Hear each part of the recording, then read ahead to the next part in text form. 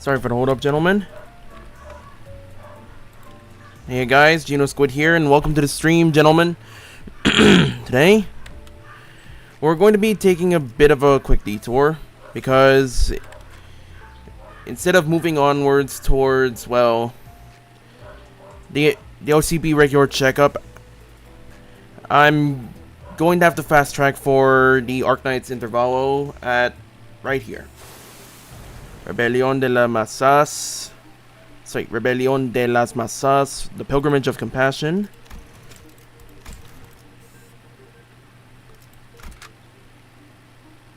Ah, shit. 다들 연장 챙기죠.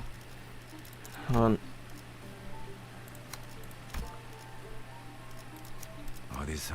다들 연장 챙기죠.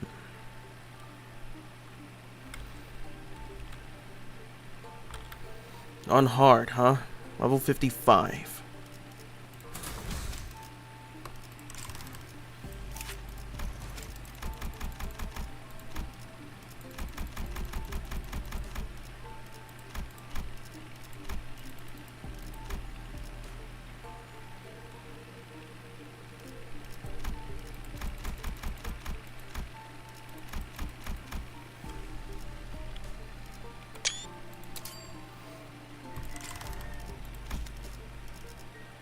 이 경로는 숨어들기 나쁘지 않군 거네.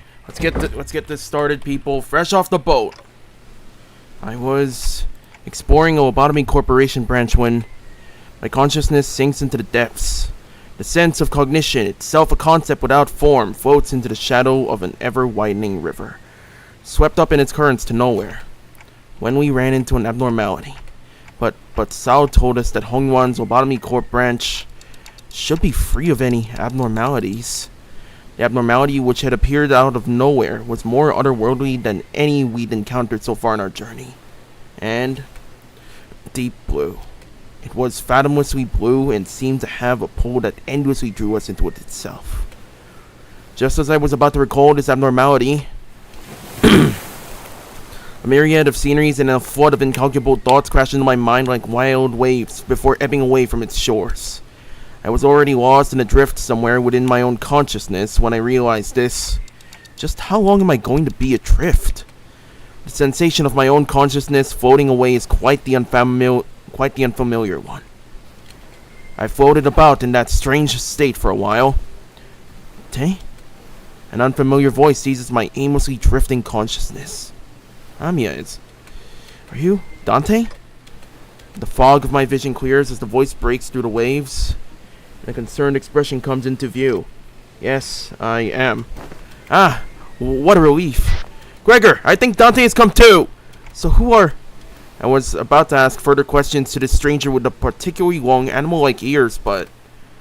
I felt the drowsiness coursing back with the terrifying memories of the dream rendering me unable to speak. I have to get a hold of myself. After an indeterminate amount of time has passed, I barely managed to wake myself from slumber to get a grasp of my surroundings, only to find myself surrounded by more unfamiliarities. There was that stranger from earlier, sitting atop a rock and silently taking in the sights, a young girl who probably saved my life.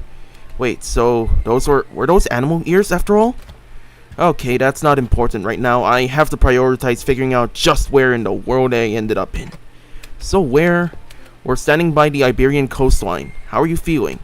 A little out of it, but I'm okay otherwise. Iberia, huh? Yes, we're in Iberia. Well, given that we're next to an ocean, maybe I drifted all the way to U-Corp's Great Lake? Iberia was an unfamiliar name, but that was all I had to go on, given that the city was so full of more unknowns than knowns to me. I radioed your colleagues when you briefly woke up earlier. They'll be here any minute. I see. Wait, my colleagues, you must have run into the sinners then! The fog of my mind immediately cleared as soon as I realized that the sinners were all nowhere to be seen. Sinners? I think so. I ran into them earlier. They were looking all over the place for someone with a clock for their head. It was a pretty unique description, so I could tell right away that you were the person they were looking for. So this clockhead does come in handy. Manager Bud! Dante! I'd woken up in an unfamiliar place to an unfamiliar face, and in the midst of this all, a round sense of displacement, the faces that appeared before me were certainly a sight for sore eyes. Gregor, Hongwoo! Miss Rabbit here told me she found you unconscious by the ocean, and phew! I came as fast as I could, and oh boy, I was worried that something bad might have happened. Glad to see you're doing fine. Were you lost at sea? I don't know. Well, I do think I'm fine, though. I guess not having any way to drink water has finally come in handy. You should go get that checked out just in case. Wait, your head's waterproof, right? Gregor takes a moment to steady his breathing, then mutters a casual quip as he lights a cigarette. Well, he doesn't seem that concerned. Maybe we're not actually in that much danger. So, what happened? Where are we? Do you remember entering that lobotomy corp branch Shi Chun told us about? Yeah. Yeah, we ran into a new abnormality and got sucked into it before we even had the chance to do anything. Man, I really thought that was it for us. Especially with you getting sucked in there too, Manager Bud. But when we came to, despite waking up with our faces down in some ditch, we were all fine without a scratch. Though there was quite the mess when we realized that you'd gone missing. We wanted to search for you immediately, but it took a while before we got a better bearing of where we were. So we're not at U-Corp's Great Lake? Some of us considered that to be a distinct possibility, but it's unlikely. Ishmael was certain that we were not in District 21. She did concede that we might be in an unknown area within the Great Lake of the outskirts, but that doesn't seem likely either, given what the rabbit-eared lady there said. The outskirts region of the Great Lake. I've met all kinds of people from all over Terra, but I've never met anyone who referred to the Iberian Sea that way. My god. Terra, Iberia? As I found myself puzzled by these unfamiliar terms, a very obvious question suddenly struck me. So speaking of which, who are you? Huh? Really? You fellas haven't introduced yourselves to each other yet? It's just that it's all just a lot to take in. It's understandable. You did just wake up from a pretty harrowing experience. Actually, would you like to do the honors yourself? I am Amia, the leader of Rhodes Island. Please, just call me Amia. I'm Dante, manager at Limbus Company. I know I'm late, but thanks for saving my bacon. It seems that this Rodeo Island is a pretty big pharmaceutical corporation. Once again, Gregor with a spotty memory. Rhodes Island, for fuck's sake! Gregor trails off ominously and scratches his head before continuing with some mild trepidation. This young lady with the rabbit ears doesn't know what the head is, after all. As far as I know, there aren't any organizations in Terra with the same characteristics as one Mr. Gregor explained. At least not with a name like the Head. Also, sorry, it's Rhodes Island, not Rodeo. Sorry, Gregor's kind of bad with names. So, what you're saying is that we're not in this city anymore. It'd be weird for any higher up at these huge corporations to know less about the Head than we do, let alone be completely clueless about it. Well, maybe we've tumbled into a previously undiscovered zone of the outskirts or the ruins. Probably. Or maybe we've really found ourselves in a completely different world. If their conjecture is correct, then we're in way bigger trouble than I thought. Yeah, I don't see anybody ever living here. Not comfortably, I might add. This wasn't like the time we accidentally stranded ourselves in the outskirts via a door in the corridor. Amiya stared at me with some concern as though she felt my distress. I think I can draw a connection to something else that's happening here. Really?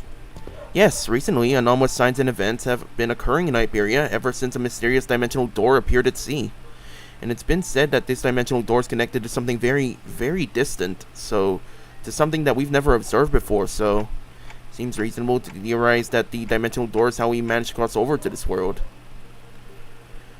I really would have appreciated Faust's input. Ah, crap. Something's up. Buffering? Lost frames. God damn it.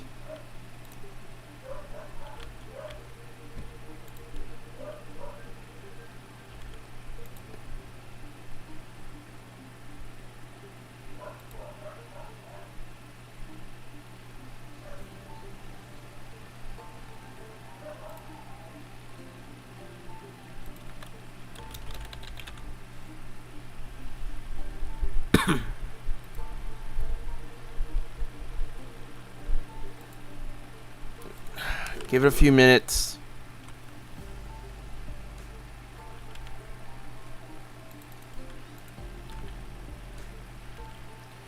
I really would have appreciated Faust's input. Where'd all the other sinners go anyway? A bit late on the uptake to be gawking around for the other sinners now, don't you think? They are at a settlement near here, where they're all helping out with various odds and ends of the village, while taking turns searching for Dante, of course. You know, I never thought about how difficult it would be to search for someone when we're like fish out of water, too. Man, barely even got a wink of sleep since yesterday. Everyone's got to be really tired then. So it's just you two out here for now? No, Ishmael and Yisang are the other half of the search party, and we just happened to be the last group in the rotation. They must be searching elsewhere to find you, Manager Bud. We got the news early thanks to Amiya's comms gear, but the other team didn't. Yeah, we got lucky. The other team, well, we don't have any way to get in touch with them, so they'll probably continue their search until their shift's done. Oh, are we talking about that village you mentioned earlier? Uh-huh, right. You've not been there yet, huh? I guess it's a bit off the beaten path. Well, we're going to have to rendezvous with the other sinners anyway, so let's head to the village for now. Something seemed to pique Amiya's interest as she fell into a contemplative silence before carefully speaking up.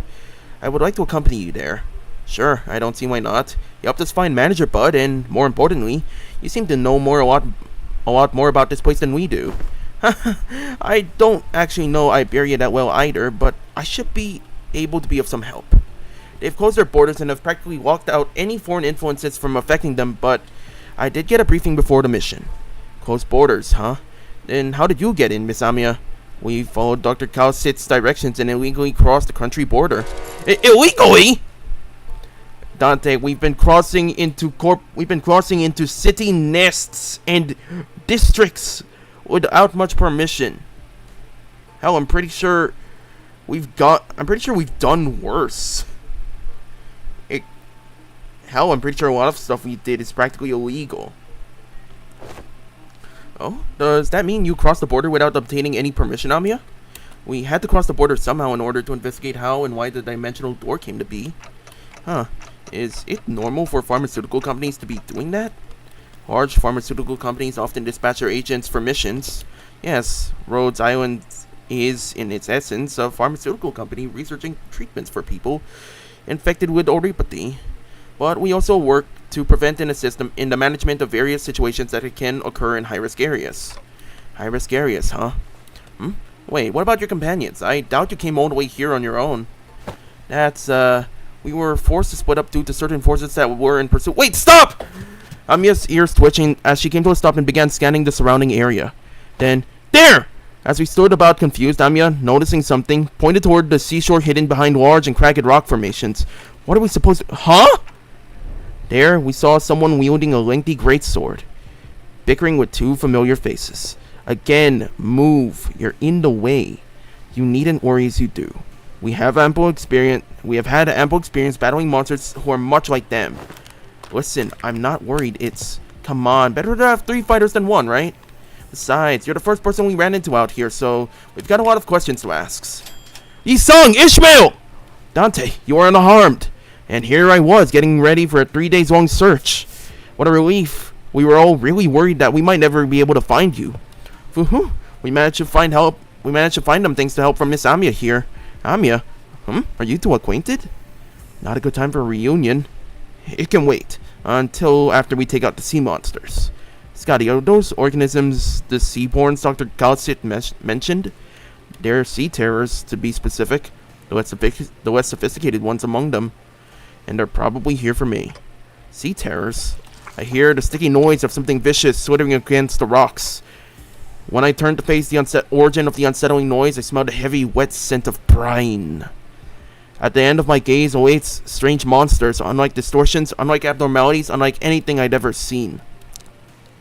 It is as though the sea itself is encroaching on the land. I was almost certain that we weren't at the Great Lake, but I'm not so sure anymore. Her experiences with the thick scent of brine at the Great Lake must have put her in a wary mood, as Ishmael seemed to be a lot more apprehensive about these monsters than anyone else. Do you think those creatures could be whales or mermaids? I don't know. The Great Lake and the outskirts are full of unexplored mysteries after all. Dante, what do your senses say? It's unclear.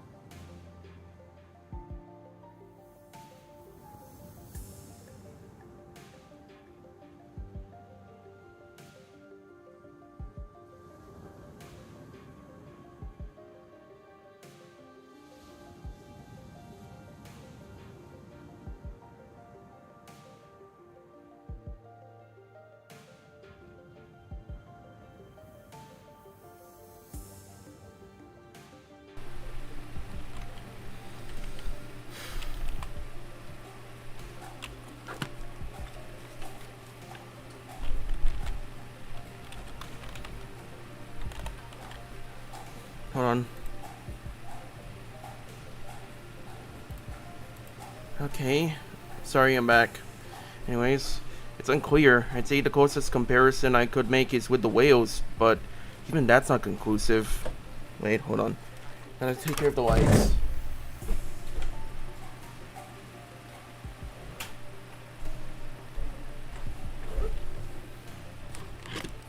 Sorry for the hold up. Huh. More enemies on the horizon. We should prepare for battle. Doesn't seem like we can talk things out with them though. So, let's take them out! Okay, first actual hard fight I'm doing. Actually, I think I've done other Intervallo's hard fights. Yeah, I've done them off cam. Don't worry. Let's get to work. 敵が来ます。皆さん、戦闘の準備を。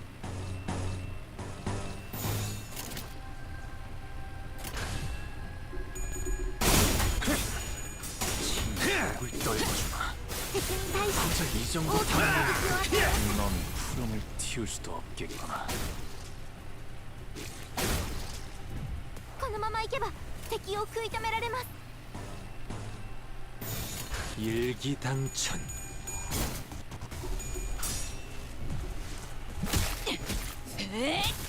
얼얼하지?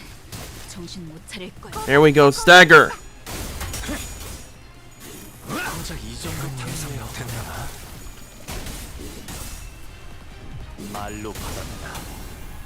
ドクター 저 のように 행주들을 優れた 도려내. 指示ですね。 물론고 ダンテの作戦、とても効果的でした。 길을 열어라. 넌 푸름을 틔울 수도 없겠구나.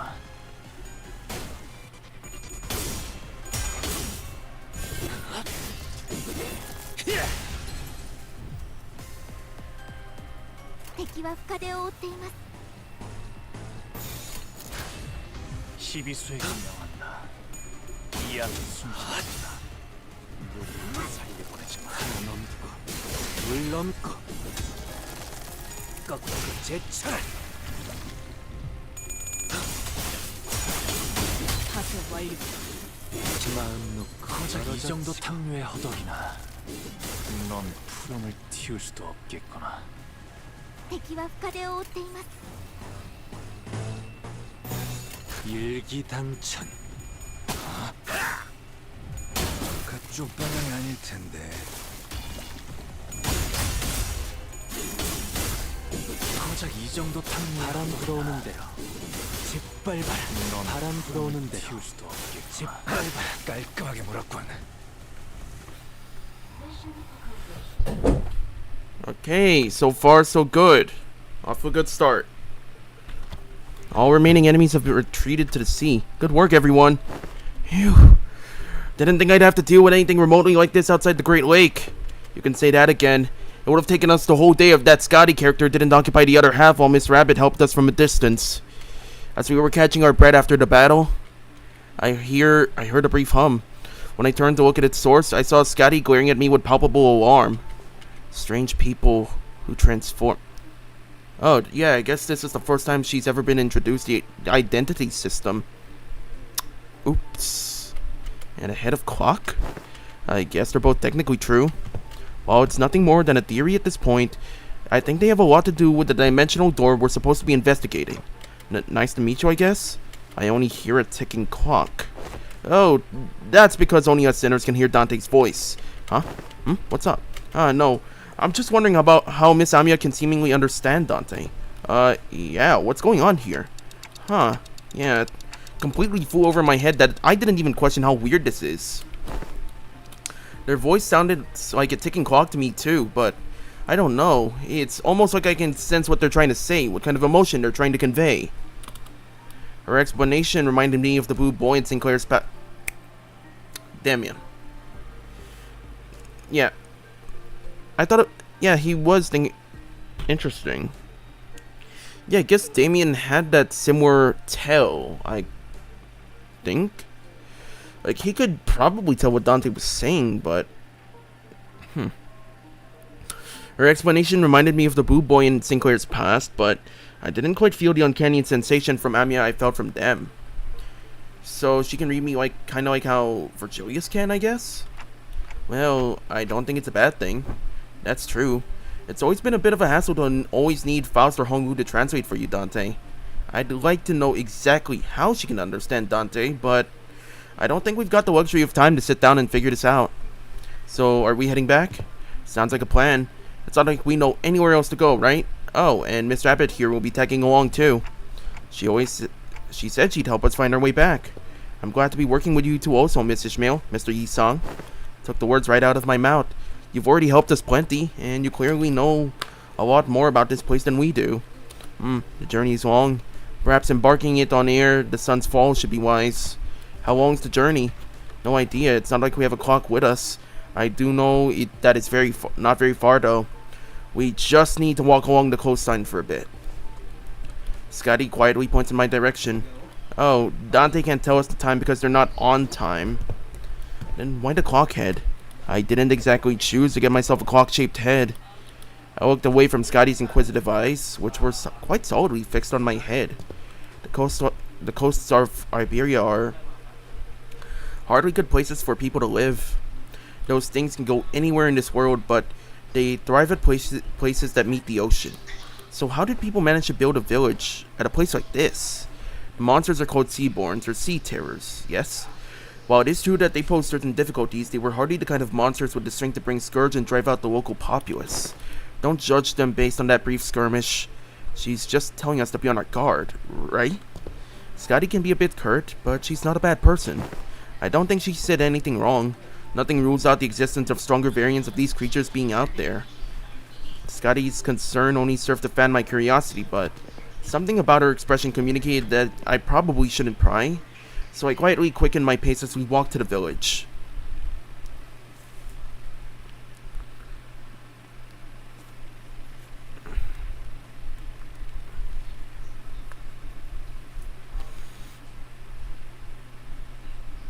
또 한 줄 길을 남겼군.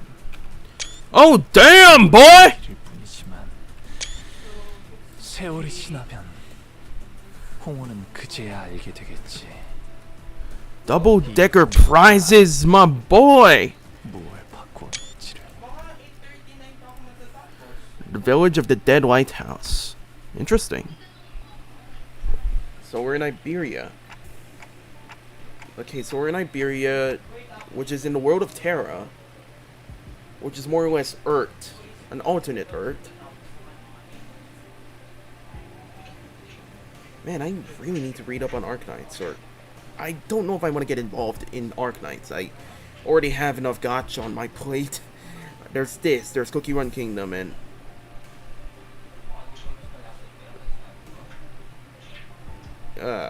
oh boy.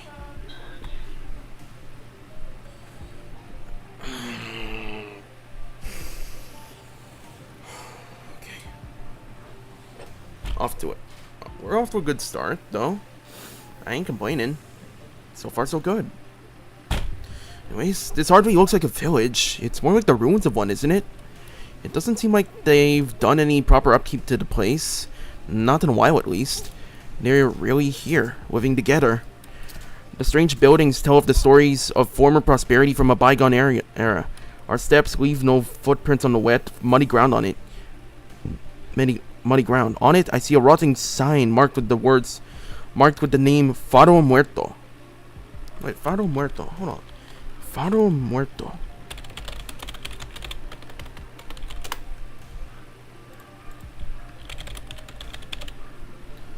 Dead Lighthouse.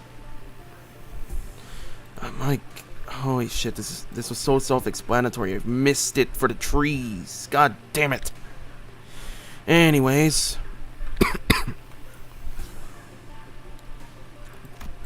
Everywhere I look in this village, I see an evidence of long, silent abandonment.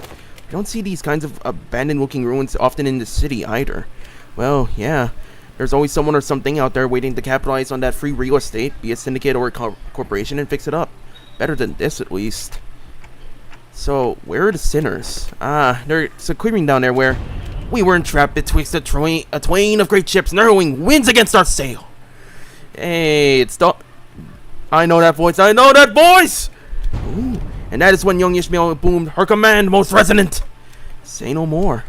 I didn't even have to try to search for them.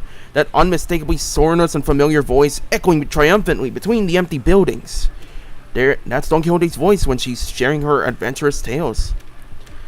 There she was, standing atop a low podium like an actor on a stage, regaling a group of people in rags with tales of our adventures like a traveling thespian. Answer the dogs, oarsmen! 'Tis the moment I, Ishmael, the first mate of vessel Mephistopheles, shall never— Oh! Stop, hold on, just what do you think you're doing? Ishmael, let Ton speak, man. She was getting to the good part. Come on, man. Young Ishmael, hand my mouth, for I was about to regale them with the most fantastical tales of adventures at the Great Lake. Manager Esquire! Really? Thou hast returned with Manager Esquire safely in tow? What? They found Cockhead? Burning clock for a head? When I was a child, I heard a story about a legendary sarcas with a flaming head. Why would someone like that visit our humble village? While their exterior may carry elements that inspire fear in some, there is no cause for alarm. Yeah, they might look like that, but they're Dante, our manager, and the rest are— Oh, hello. I'm sorry, who are you two? They're two very nice people who helped us find Dante. This is Miss Amia, leader of Rhodes Island. And this is Miss Scotty, their operator. They'll be coming along with us for a little while. With us? We believe that the dimensional door, which we at Rhodes Island are investigating, has something to do with why you suddenly woke up here in Iberia. As Amia was bringing the sinners up to speed, the villagers who were staring at us curiously approached us. Did our conversation manage to convince them that we're not a threat? I sure hope so. You are friends of our saviors. Saviors? Verily, 'tis the grand title. Yet that is indeed the word by which we were addressed. To be more precise, by saviors, they are referring only to Faust and Otis. Faust gave me a light nod when we made eye contact, but I can tell that her lips were drawing a very, very subtle smiling arc. Faust was worried about us. So, I'm guessing something did happen. They were quite mistrustful upon our initial arrival. What business do outsiders have here? What if they're from the Inquisition? Oh no, what do we do after all we went through to get here? Calm yourselves, everyone. None of them are carrying what appears to be their scriptures or lamps. Let's first try to see who they are. Man, I don't think they're gonna trust us anytime soon. They're all old curmudgeons. Less ST&C than PTSD. Snap their necks, slice their necks clean. Or snap their necks clean, then pillage, then You can't do that, Real Shoe. We can't pillage their storage depots. It looks like they already have it. They already have it hard enough as it is. I don't think ST&C is a good way to get started either. Man, Hong was catching on pretty quick. Should we just find help elsewhere? Just look at how thin their arms are. I don't think they're in any shape to help us out. Perhaps we could inquire as to our whereabouts. We are to decide our lodging. While the landscape is certainly reminiscent of U-Corps, but I don't recall seeing or learning about any place that looks like this. Though I can't say I've been to every corner of U-Corp. I ask again, what business do outsiders have here? Their fingers are tightening around the grips of their weapons. Prolonged silence will most likely turn this into a hostile encounter. We can't have that! Haha, we're from Limbus Company. We're Fixers of Justice! Yeah, that Fixers of Justice. Oi, don't you know when to keep it down? Fixers? That over there, it's a ship blueprint, isn't it? Are you looking to repair a vessel by any chance? All these construction materials seem to suggest so. Chief, this does not concern you. It's not something that a mere outsider can understand. Curious, I've never seen an energy source like this before. Have you run the tests to rule out any stability issues? It seems that to power the heat exchanger via some method comparable to utilization of fusion energy. Have you any thoughts on this, Miss Faust? The general design structure is somewhat old-fashioned, but there certainly are inspired parts to this design, particularly with the usage of the core energy source. While its stability would need to be further studied, this technology seems to be incredibly energy efficient. You identified all that merely by glancing at this blueprint? You must be the village chief then? If so, I have a proposition for you. In return for assisting in their ship repair, we were promised a ride on their vessel. Miss Faust has theorized that perhaps by going out to sea, we may be able to find a way to return to whence we came. Does that mean we can find a way back somewhere out there in the sea? Nothing is certain yet, Dante. At this moment, we are working based on a hunch. A hunch? Seeing the implicit omen in her choice of words, I slowly turned around to look at Faust, who nodded solemnly in response. If we're really in a different world, even her Gesellschaft has to be. No issues were encountered in the repair process. Faust smiles faintly as she looks around. Then she pulls me in by my hems. She whispers in a low voice. My connection to Gesellschaft is currently operating at a suboptimal level, Dante. So, it's still connected at least. Indeed, it is. However, even exchanges of simple information are taking up dozens of hours by current calculation. Is this a warp train situation? Because we're in a different dimension? The cause should be identical. We have been connected to an unidentified, unpredictable dimension. However, Faust is aware that the pathway to our original dimension is yet to close this time, unlike the situation back aboard the warp train. Oh, so... Okay, so it's not a complete severance of Gesellschaft. We're still in good condition. But, we're... Okay, so Faust is still Smarty Pants Faust. That's somewhat relieving, but... Yeah. Let's keep this going. So, to get back to where we came from, indeed, traveling through the pathway is the most feasible solution. And from that, you came up with the whole plan to repair the ship and sail out to the sea. Yes, well, I am also a genius after all. Mia conjectured that we probably came through a dimensional door of sorts. Looks like that dimensional door might be what Faust is looking for. With high likelihood, yes. At least, there's a way back. I find myself calming down a little. Oh, speaking of which, when do you think you can wrap up the repair job? As fortune should have it, a majority of the most time-consuming parts of the repair have already been completed by the locals. It shouldn't take us more than a day or two to get its core parts ship-shape again, Executive Manager. We'll be staying here a few more days then. How did you manage last night?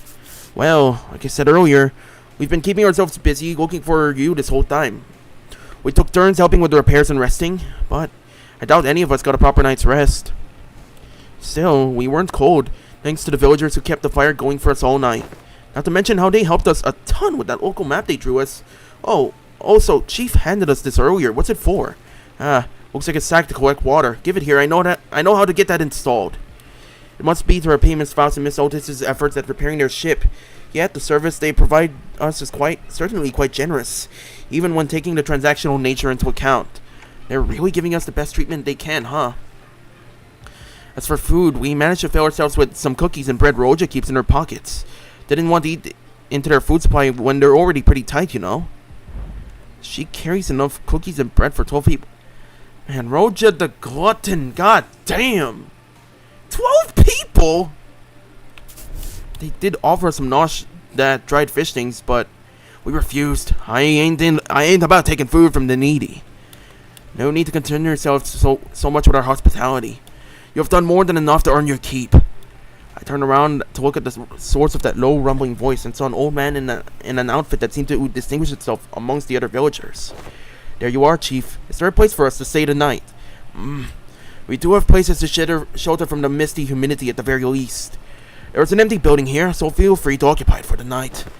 Oh, are you sure? I don't mind sleeping in the streets myself. Hey, speak for yourself! I've been looking forward to sleeping with a roof over my head since like yesterday. You'll catch a cold sleeping in the elements in this environment, which is fine by me for the rest of you, but we cannot afford to have the executive manager of our honored guest suffer that fate. Honored guests? I heard what happened from the four who left in search of the executive manager. First, I would like to begin by imparting my infinite gratitude to you for finding and rescuing the executive manager. I hear that you are a leader at a pharmaceutical company. That this acquaintance shall certainly come in handy in case our stay becomes significantly prolonged. I'm just surprised by your boldness to say something so materialistic when they're standing right there. Can I stay in your village too, Chief? The village chief took a brief glance at the hems by her right wrist and nodded. Welcome to Faro Muerto. You are welcome to stay for as long as you want. And please, do let me know if you find yourselves without food. Our food supply might be tight indeed, but we have enough to share with those who helped repair the vessel. Ooh, you better not go back on your word later. I wonder what kind of local delicacies await. Dried fish like they were eating earlier, maybe? Hey, Chief, what is it? Just how are you surviving out here by the sea? Perhaps the question of how we are surviving might be somewhat misdirected. For we are only pursuing every possible avenue because we must survive. The chief responds to Scotty's perceived hostility with a hearty smile. After leaving some firewood for the night, he left. I'm going. Can't earn much more from here. Huh? You're going somewhere at this hour? Scotty, does this have something to do with the coast? I remember what you said before we got to the village. Something about how coasts are hardly good places to live in. Dante wants to know if this has something to do with the coast. Do you understand the Aegir language? Aegir language? No. Dante, Scotty just spoke in Aegirian. I couldn't understand about a word of Scotty and the chief's conversation because I don't speak Aegirian. Huh. Dante's a bit of a universal translator. Neat. But anyways, brushing that aside, we should keep going. It may only be that there were enough lexical similarity between one of the city's languages and the language Scotty spoken for them to comprehend the meaning. Interesting. Weird coincidence. Anyway, I have some things to look into. Something you are all too slow to see. You still have to tell us about it later. Please remember that you're not on a solo mission, Scotty. This is a team effort from Rhodes Island. Will do. Scotty nodded lightly before leaping off into the night out of our sights. I'm kinda worried. She's not the best with people, but she's also pretty thoughtful. She'll be okay. Should we head inside? The sun's starting to set already. Oh, yeah. We can probably just pick an unlit building and stay the night there, right? Trying our best to ignore the mood that was starting to turn awkward, we made our way into a nearby unoccupied building.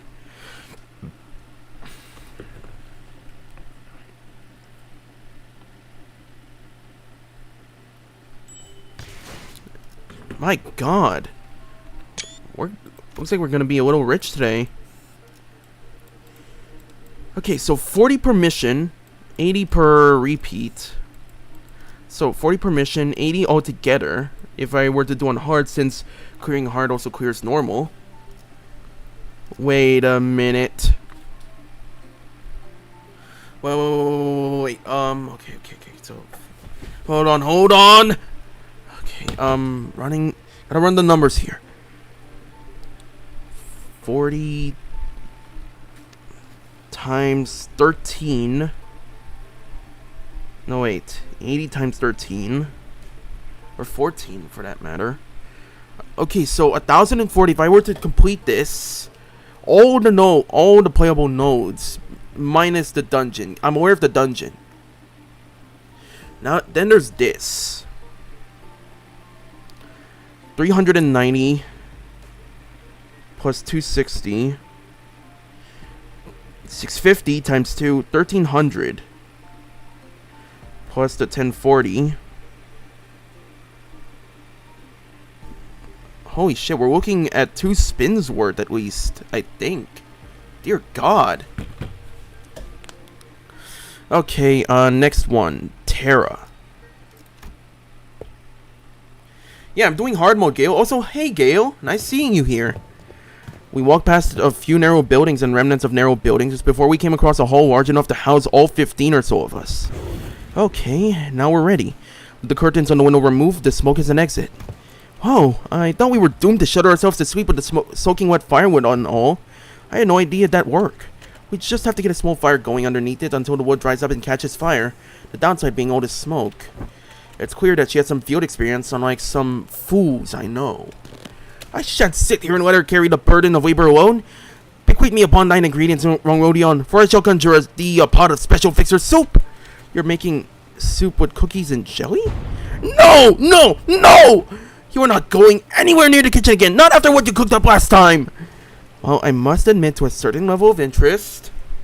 As many of our fellows viscera are off the rack with intense agony upon ingesting dishes of your making, perhaps it would be wiser that we save the occasion for a safer environment. Right, don't you remember? We agreed to leave cooking to Mira or Oti if we were in a situation like this, remember? Did we? See, I think it's become a sort of unspoken rule after everything that happened. Remember, back here during last year's cooking contest at K-Corp, they were the only 2 people who managed to get remotely positive reviews. Oh, does that mean we'll get to try Otis's cooking once it get denied? We still have plenty of high-calorie foods like cookies and jellies here. I find no reason to do something so inefficient. I'm glad to see that everyone's still energetic given the circumstances. It can be easy to suddenly wake up in an unfamiliar environment. Well, we're all quite used to getting thrown into unfamiliar places. Speaking of which, did you manage to reach your colleagues, Amia? She shook her head, concerned. They might have lost their comms devices, or maybe they ran into some other trouble. Could they be in danger? I don't know, but I'm sure they're okay. The doctor, Dr. Cowsit, they're both more than capable enough to look after themselves. Long has this curiosity lingered within me, thus allow me to inquire. Corporations are, by their nature, organizations in pursuit of profit. Yet the activities of your corporation resemble those of charity organizations, as opposed to a pharmaceutical company. Is there aught that might explicate this poor distinction? Aha, I wanted to know too. How come a pharmaceutical company like Rhode Island is helping people? Something about what Honglu said brings back unpleasant memories. The horrible experiments that seen through the cascade of flowing tears in the face of suffering. The embodiment of greed that left a terrible wound in Honglu's fathoms. Yet, Kanto 8 stuff. I choose to ignore it. Don't worry. The pharmaceutical companies I've seen in my journey were corporations that, despite possessing the capacity to heal, chose to obsess over the profit it can provide.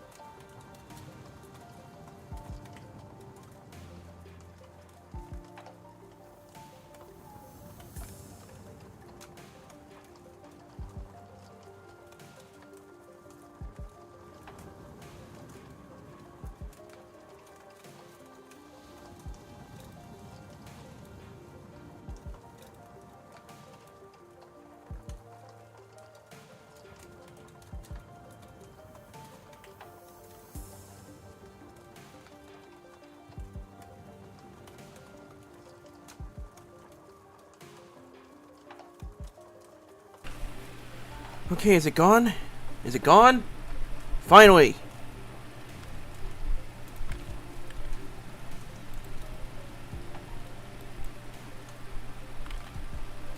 Okay.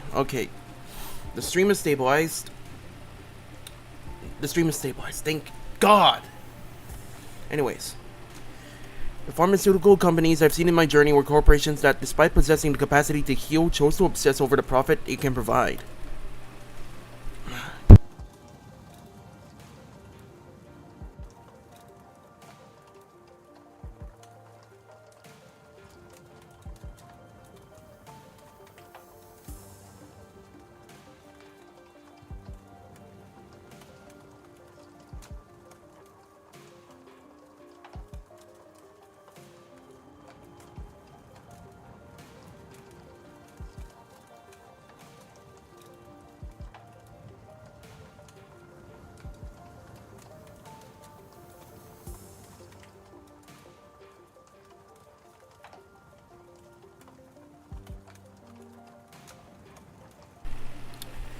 Okay. My internet is stabilizing.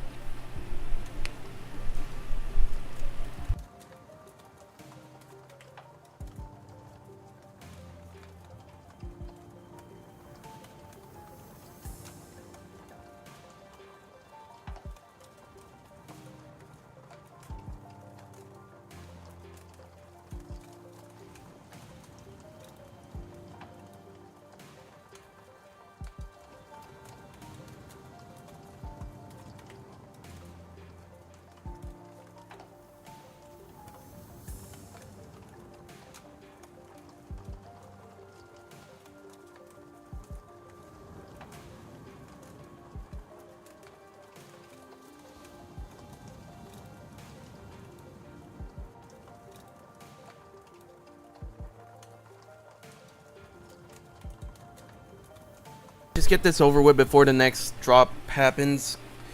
Alright, there are many in Terra who are suffering from a disease. The disease crystallizes you. It spreads deeper and deeper into the infected's internal organs, eventually culminating in their death. It's called oropathy. Amiya showed me the back of her right hand, which dotted by what appeared to be obsidian crystallizations. Its appearance reminded me of the biotreatments from the back streets, but there was something more to it, something more restless, more sinister.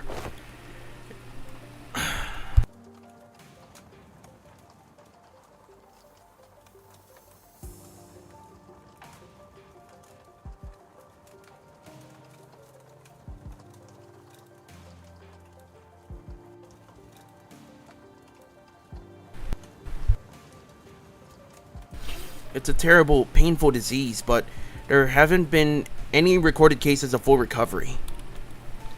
But there's an even worse problem. Pray tell, what could possibly be worse than an incurable, deadly disease? While it varies region by region, discrimination against the infected is widespread across Terra. Those who suffer from it must face unfair treatment. Isang began with a dark expression.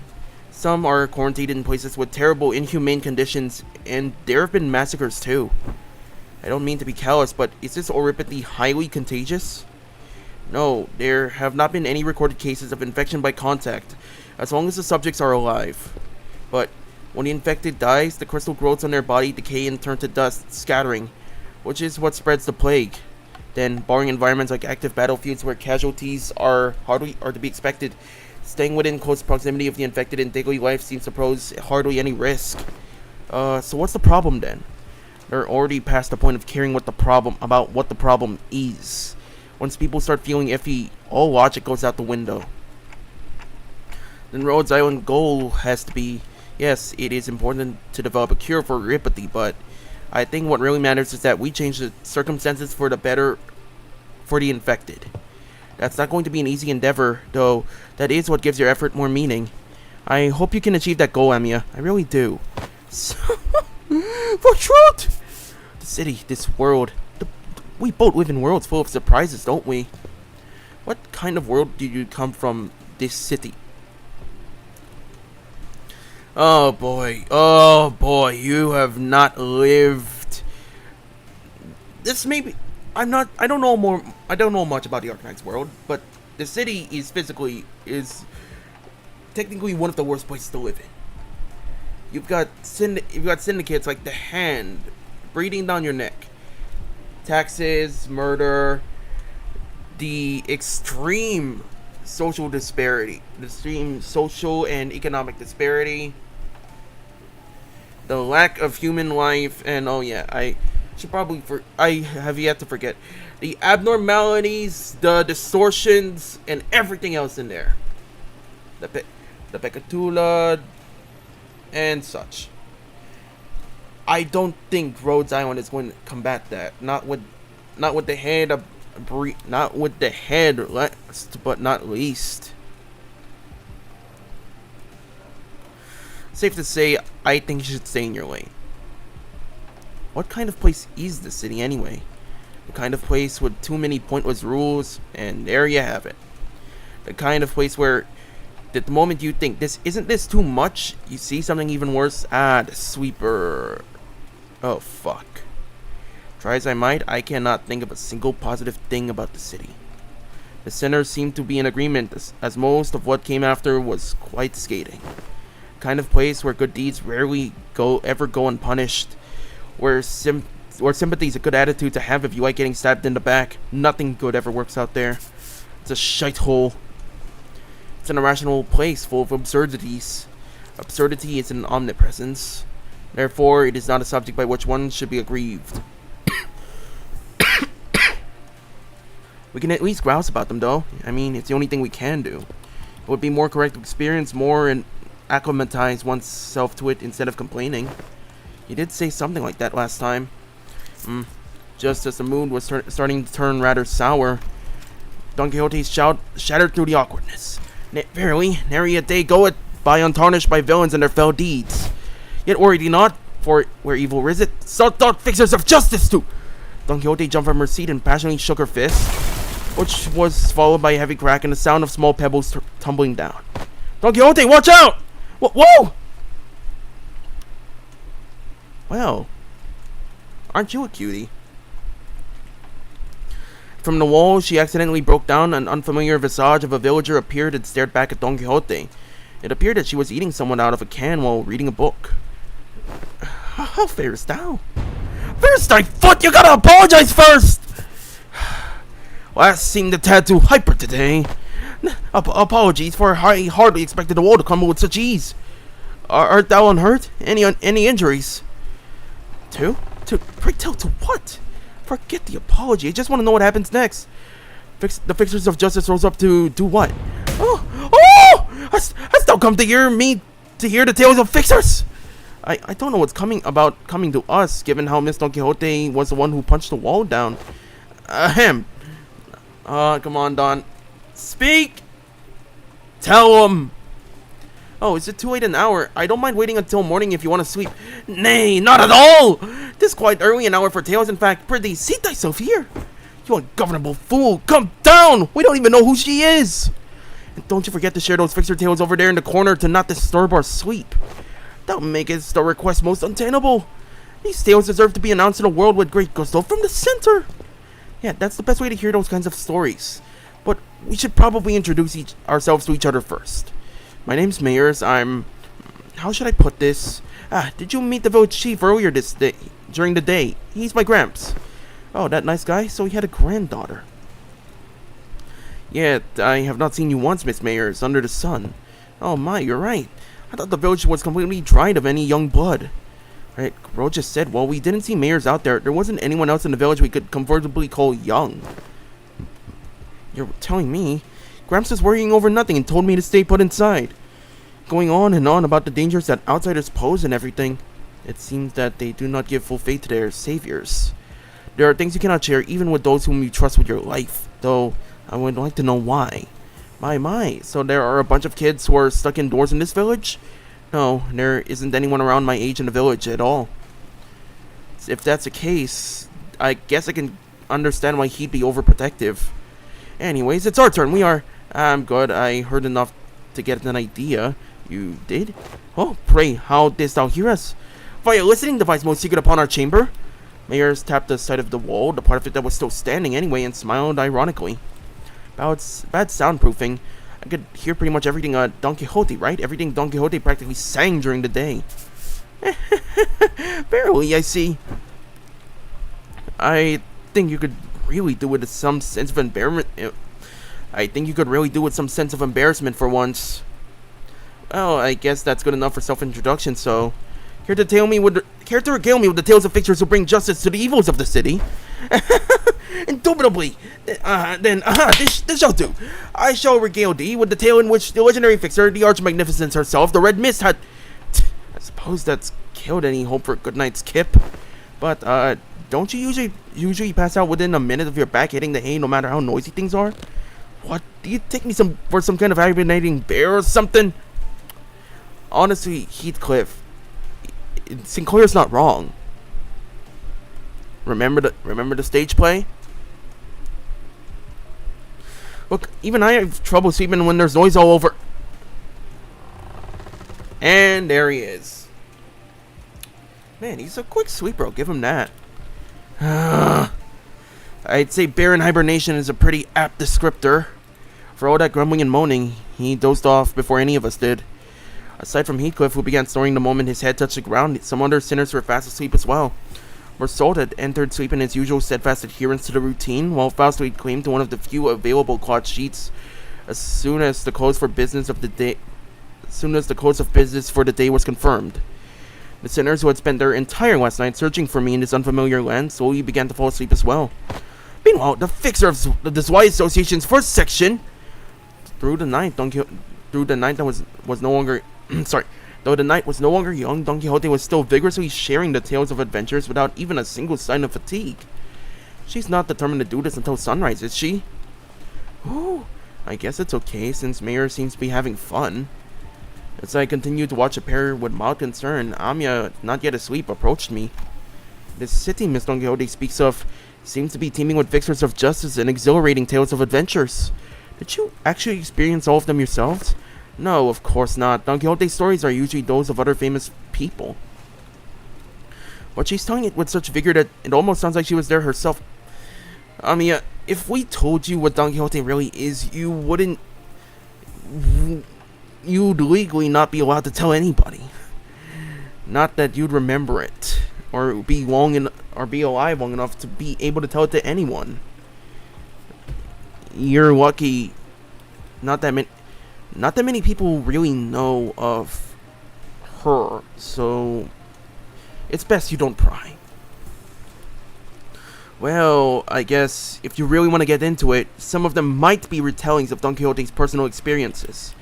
Ishmael replied uncertainly, thinking back to the place we were made to watch back in La Mancha land.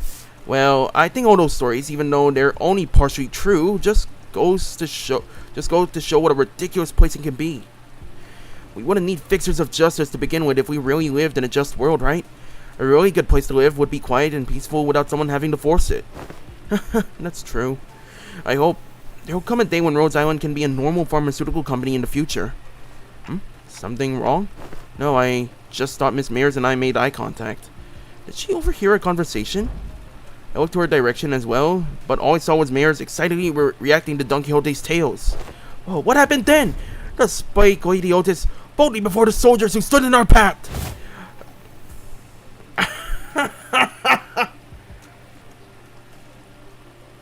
I love Dawn so much. She may be a little Justice Gremlin, who may take things a little dramatically, but she's our Dawn. Thou presumest to stand in our path, servants of a master most unworthy. I, Otis, shall educate thee on how to manner make it.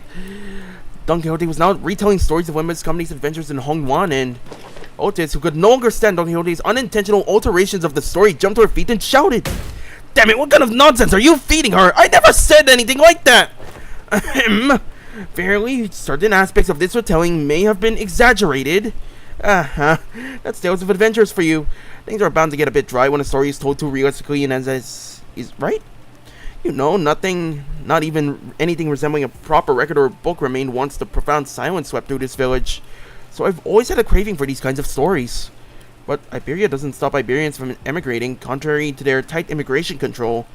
Have you ever thought about leaving this place? It's still a challenge across the border, especially since we're going to have to pass through larger cities that are managed by the Inquisition.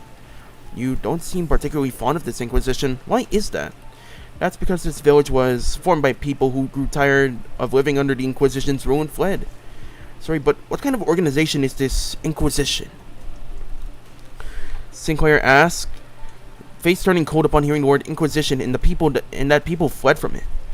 Yeah, the Nagel und Hammer we saw back at Kull aren't the kind of memories that are so easily forgotten. According to Dr. Calcit, the Inquisition is what filled the power vacuum once Iberia fell into chaos. That its inquisitors are rapier and lamp-wielding protectors of Iberia's cities from lawlessness. That alone kind of makes them sound like good people, though. Yeah, they are, but there's the Church of the Deep. The Inquisition will go to whatever lengths to deal with incidents related to the church that worships Seaborns. Fee! An organization that worships those monsters! It seems that cultish fanaticism is a plague wherever we go. I feel like people with all kinds of wrong faiths and beliefs are so common. See, the Seaborns are the ones that messed Iberia up, so following their logic, apparently it's okay for them to arrest anyone who seems even remotely connected to them. Are you saying that Iberia is like this because of the Seaborns? Those things from earlier, I guess they were kind of troublesome to deal with, but they didn't seem that strong. Anyways, it's just what I heard from Gramps, but the Inquisition executed many innocent people too in their crusade against the Church of the Deep. For those who claim to be on the side of justice, they seem quite fond of committing such villainy! It seems like a reasonable policy decision to me, but it must pose a clear danger to the daily lives of civilians. Yeah, I heard I was the only survivor. Everyone in my family died. You must have had to endure such a long period of pain. To be able to say something like that with such composure. For Iberia, they are heroes who are willing to bring the land back to its glory days, but to Gramps, they were just oppressors making his life difficult. That's why we've all come here, fleeing from the Inquisition's gaze. Hey kid, wherefore hast thou decided to settle at a place that is so, run down? Indeed, yeah, I know, but it's not so bad once you get used to it. Besides, we managed to find a new path thanks to you guys. A new path? Well, it's getting late. Will you be repairing the ship tomorrow too? This place really has no soundproofing at all, huh? Good talk, everyone. Hopefully you'll get another chance to do this tomorrow too. After seeing Mayors to our own room, the other sinners were still up, anyway. And I laid ourselves on the hard stone floor with only a thin layer of cloth between it and our backs. A mysterious world that is neither the city nor the outskirts. But it seemed that the lives of its people led were just as difficult as they were anywhere else.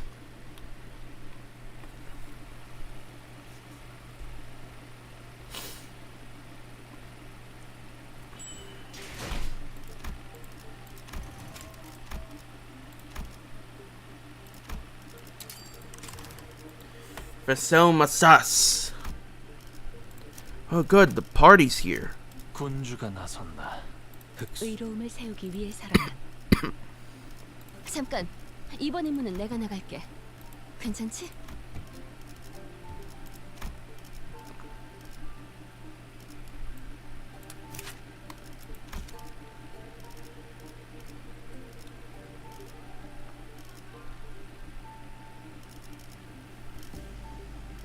명령하실 때 다들 연장 챙기죠.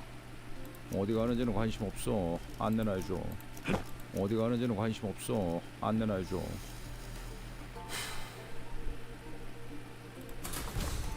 만곡된 직선을 직선으로 질주하겠어. It's so big! Amazing. I didn't know there were remaining vessels of this class in Iberia. Aha! I SP your name here. 'Tis called by the name Rebellion de las Masas. Rebellion de las Masas. Revolt of the Masses, is it? A name very much mired in peculiarity indeed. Hung Wu chimed in that he was rather fond of it, with its size being about the same as the boat from his home. While Ishmael quickly jumped in to correct us that its size alone wasn't anything special at the Great Lake, but holy shit, that boat is magnificent. My god! It was pretty big compared to the Mephi or the Indigo Elder's skiff. I thought it was going to be somewhere around Mephi's size at most. Are you sure you can't get this ship fixed in a day or two? As I briefed you yesterday, the great majority of the time-consuming repairs had already been completed by the villagers. The extent of our repair efforts only concerns a few components within the vessel that the villagers could not repair, which shouldn't take us much time. Unless parts that are unfamiliar to Faust are also malfunctioning, such as the core engine, remaining of repairs should be sufficiently managed by Faust. Despite Otis's confident declaration, I could not help but feel oddly unsettled as I looked at the ship. I don't know why, but something tells me that we don't want to linger here for too long. Still, please be thorough about it just in case. I'd rather not sit on a sinking ship again. The experience at the Great Lake was enough. Do not worry, Dante. Unlike Mephistopheles, most functions of this vessel, buoyancy gear, propeller, steering gear, are all in operational capacity. This repair should be much easier than the case with Mephistopheles. They seem confident enough. It should be safe this time around, right? Are we taking that rope to climb up to the ship?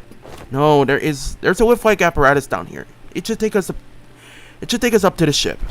Its stability was verified yesterday. Let us board the lift. You're 100% certain, right? The boat is afloat right now. Dante. I don't think it'll be sinking anytime soon. Wouldn't that be nice? Oi, are you two just going to faff about down here? We're heading up now. No, we're going up with you. As I made my way into the vessel's bridge, I was greeted by the extravagant interior that was as gaudy as its exterior. Oh my god. You don't see this in the city. Mainly because because the social class and the economic class state of the city itself is shit. You're not gonna see this anywhere else. No, I don't know about K-Corp. Wuthering Heights was Victorian era, so it was extravagant for its time. Ah, gotta hand wave that shit. This isn't real gold, is it? It's sure shiny as heck in here. I've got butterflies in my stomach. A.S. Aesthetically satisfying, she says, but too ostentatious. Not quite my style. Our young Mephi is also quite the excellent vessel, yet imagine the adventures we could embark on aboard this vessel most lavishly decorated. Our spouse and Otis were working on one of the control panels. Ishmael walked up to another and interfaced with it before giving a knowing nod. This must have been an investigative research... Investigative... This must have been an investigative or research vessel of sorts. But it does seem a bit extravagant for one of those, though. Yeah, I'm doing the collab story of Fumi. Welcome aboard! Well, coordinates updating in real time, it seems. The coordinates seem to have been set to somewhere out in the middle of the ocean. Maybe it points to a small islet? Nope, no islet there. What? But by me, lass, you sure know how to sneak up on people. Mayors? What? Did I actually surprise you? I did ask if you guys were gonna come to fix the boat today. Still, I didn't know you'd be here. Why are the coordinates set to this location? There are several undersea cities beneath those coordinates, collectively known as Aegir. Gramps' home. I see. Understood. What was understood, if I may ask? It is now understood why the promise to repair this ship was sufficient enough to earn their trust in the title of saviors. What's she on about? Someone get translated.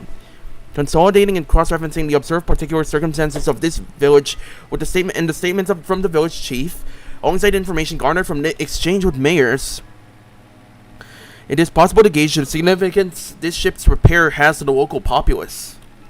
Of course, while this may constitute a sequence of logical connections that poses a certain challenge for Heathcliff to comprehend... Okay, no. Come on, just simplify it.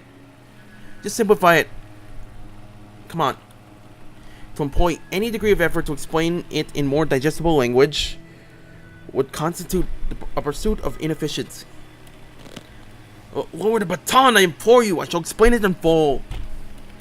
I was wondering when Miss Smartass would start gabbing like that again. So, what is she on about? Heathcliff's shoulders were relaxed. It didn't seem like he was actually going to swing the bat. He placed it lightly over his shoulder with a sigh. A brief observation of the village seemed to suggest that their subsistence situation was quite dire. Much of their daily sustenance consisted of dry food, most of them made for long-term storage purposes. Considering what Scotty said about the coastal areas full of danger, maybe those dried seafood aren't from around here either. Maybe it's food they packed when they first came into Ferro Muerto? Some villagers were armed, yeah, and those sea terrors weren't exactly that formidable, but given that the state the villagers are in, I doubt they'd have an easy time repelling those monsters. Indeed, and that brings us to the question of sustenance. Right, I get what's going on here. The lass and her granddad are about to visit their hometown, and they're trying to get some food supplies from there to feed the villagers. And to convince them, they're planning to use the fact that they're from the same neck of the woods, or sea, I guess.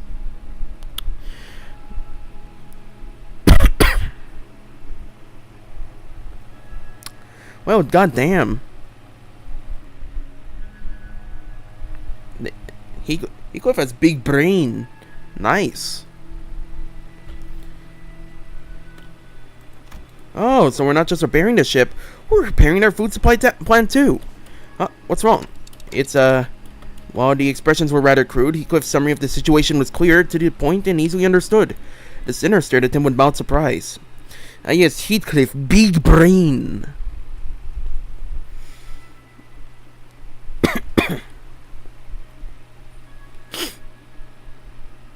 And I did too. What's with them annoying looks? Wait. Oh, you sods! You don't think I'm that dim-witted, do you? Top-notch intuition. It's just that it's been a while since you've shown this side of yourself. Thinking back, Heathcliff's intuition has always been excellent, and he'd often put together surprisingly accurate conclusions with impressive speed. You know, when you think about it, it's kind of your fault for... I've been too soft on you lately, haven't I? Oi, get back here!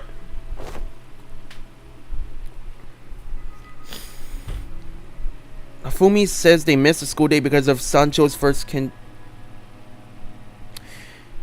I'm sorry, you've been trying to solo the final boss of Kanto 7 using Solo Sync Dawn. Are you fucking kidding me? I had to use Sync Dawn to get through the final boss. And I did it on my first try. Why would you solo it? Why would you miss a school day to solo it? What the hell?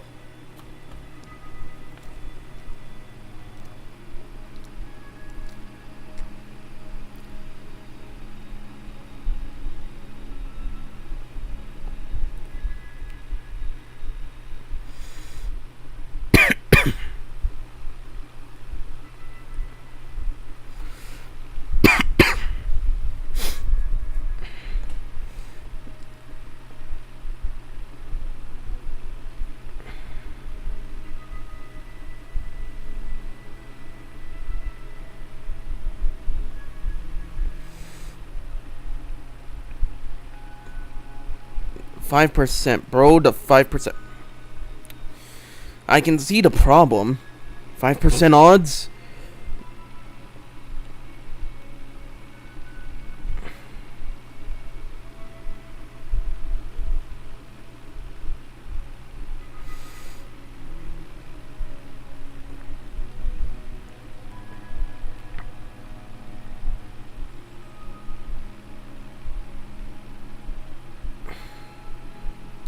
God damn, man.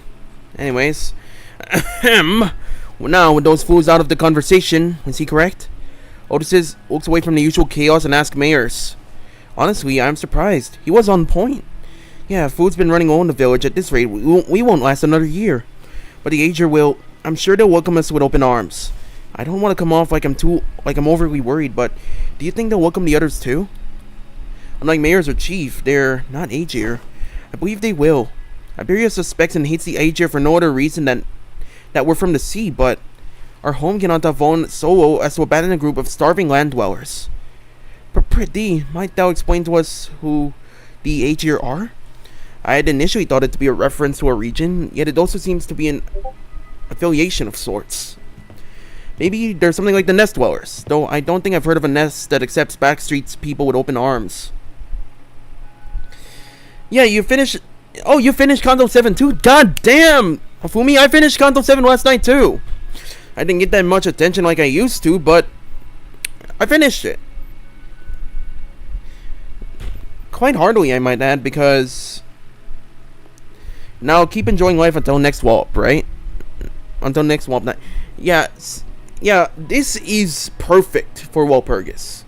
I could probably get enough lunacy to buy me a few spins.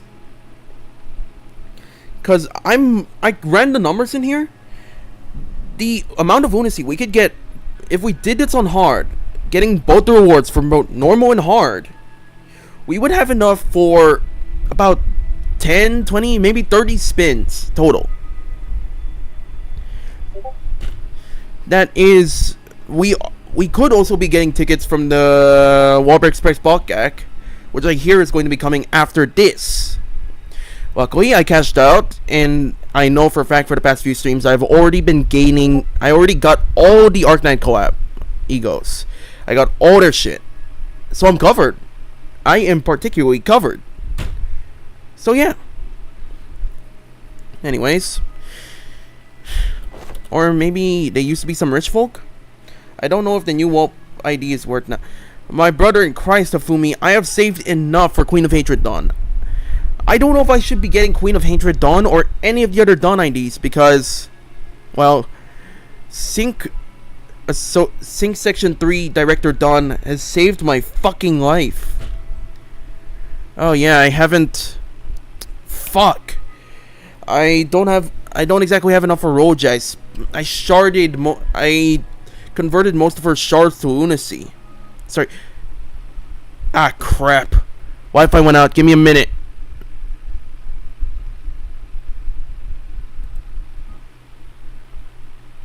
Night of Despair. Yeah, hold on. Be right back. Something's wrong with the Wi-Fi.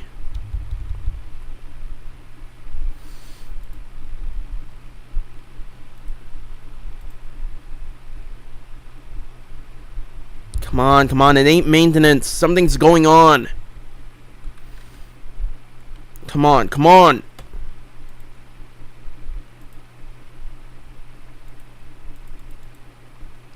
Wi-Fi. God damn it. Oh, wait. There it is. It's kicking in. Oh, thank the Lord. Yeah, but I heard the next update's ID is Mersault La Mancha. Yeah. Cassetti's Mersault's gonna be taking the place of Cassetti in the new for the next identity coming up. Intermission's tomorrow, obviously. Or rather, maintenance is tomorrow.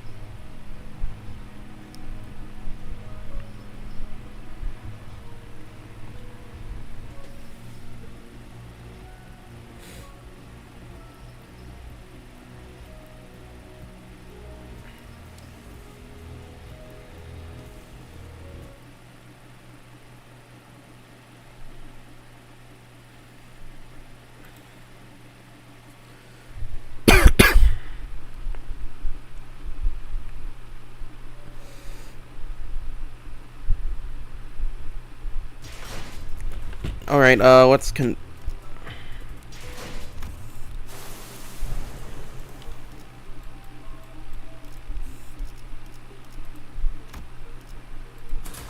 필두 출진.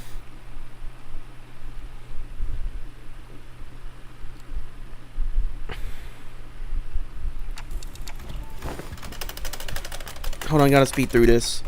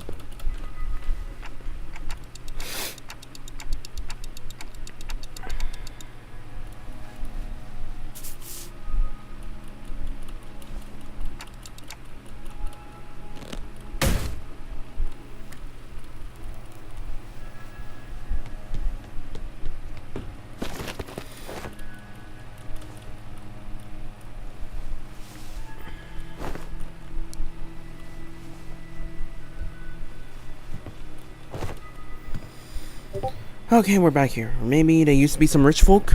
If they called them Nestov's Aegir here, does that make that rabbit ear last Aegir too? Wait, in the world you came from, do they not distinguish between races? My brother in Christ, there are no races. Hardly. It's just humans. The only problem the city's gonna have is just economic decline. That's it. Economic disparity, even. You got people rich off their asses, just living comfortably. And the only way you're ever gonna get that high is if either you either get a really good job at a nest, be a really good fixer, meaning you have to train to become the very fucking best, and hope to God you live long enough to get pretty high. Or just either of those two. That's it. Or be born into a rich family. Hell, I don't know.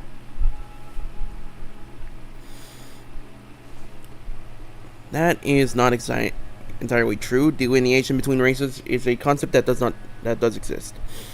Oh yeah, I forgot. They hate machine. They hate cloning. They hate artificial intelligence. And they hate robots trying to replicate humans.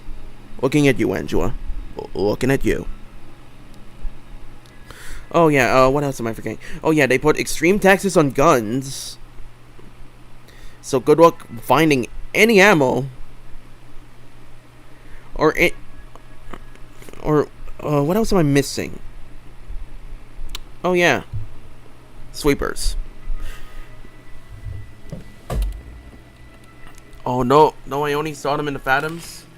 There were those terrifying things called the cuckoo spots. However, as a general rule, it can be said that humans should be the only intelligent life forms in this city. The people of Terra have slightly varying appearances depending on their race, like my cactus ears. And I've got pointed ears because I'm an Aegir, though it's not a characteristic that every Aegir shares. The closest idea to what they are discussing appear to be, Don Quixote seemed to be struggling to finish her sentence. It's okay, Don, you don't need to bring up your true nature. Trust me, you don't want to be bringing that up.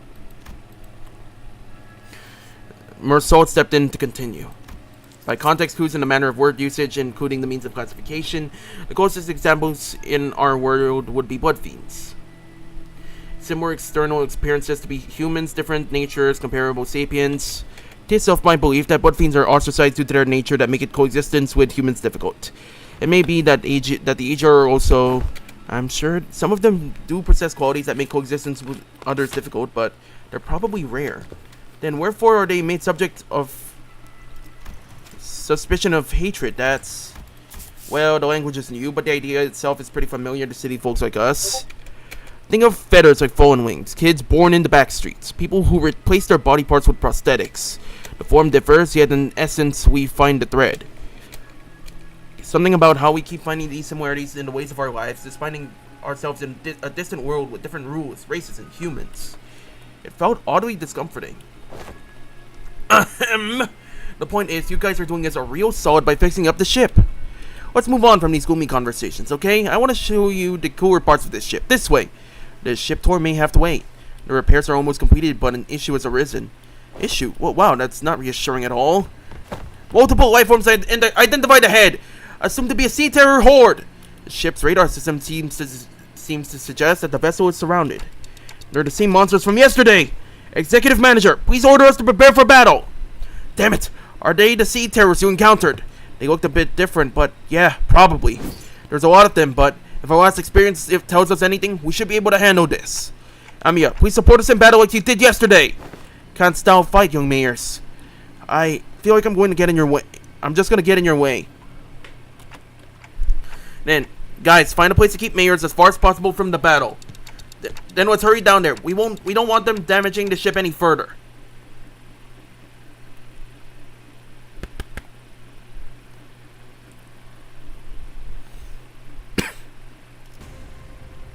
Limbus カンパニーの皆さんとご一緒できて本当に嬉しいです。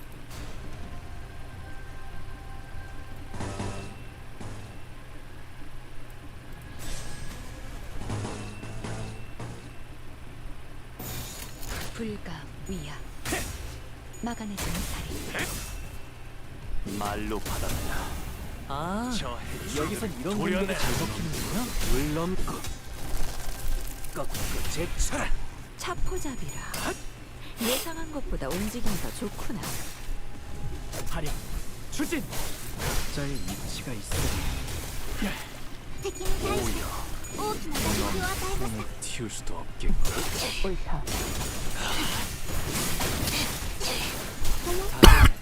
저 여정을 시작했을 때보다 정말 강해지셨네요. 매일 보아도 20. 지금은 감회가 새로워요. 오작 터뜨려주지. You shouldn't activate Order of Hongwan S3 so soon.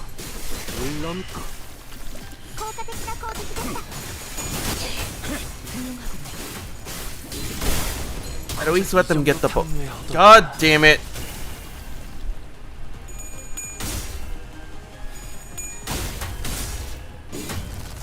고작 이 정도 탕류의 허덕이다. 敵は深手を負っています。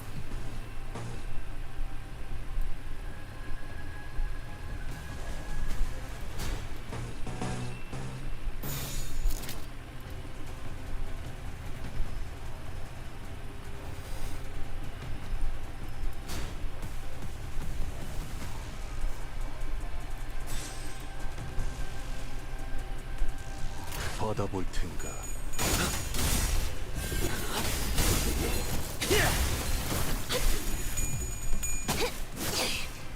이 거리는 충분해. 너한텐 조금 멀겠지만. 단장님은 넌 매번 기발한 발상을 떠올리시나요? 전력으로 상대해봐.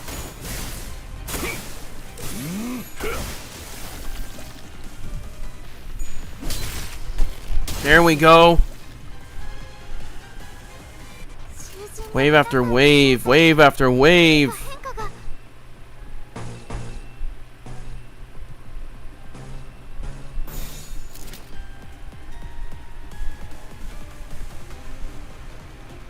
Wait, how does Sinclair's passive work again?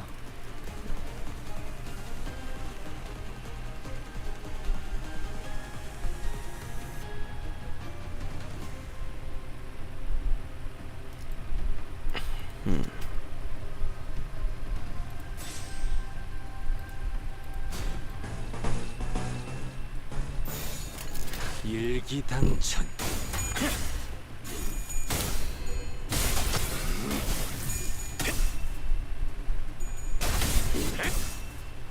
토끼를 고작 이 정도 탕류에 허덕이나. 저 해충들을 도려내라.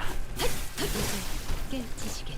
이름이오야. とても効果的でした。 길을 열어. 넌 푸념을 틔울 수도 없겠구나. 파괴 완료. 바람 서 불어오는 있으면 대로. 목 빨리 떨어지지. 바람 불어오는 대로. Looks like we've got this in the bag, people. Those enemies aren't strong, aren't having strong clash, so keep your strong moves back until you have everything you need. エリートオペレーター並みの腕前です。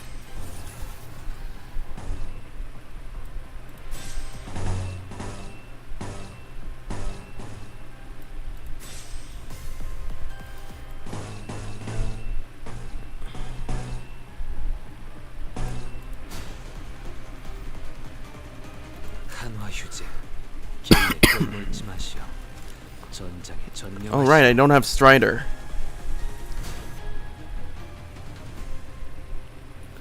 Actually, I think these might be enough. 일기당시 기수에게 명한다. 이 앞에 숨쉬는 자. 세계를 보내지 마라.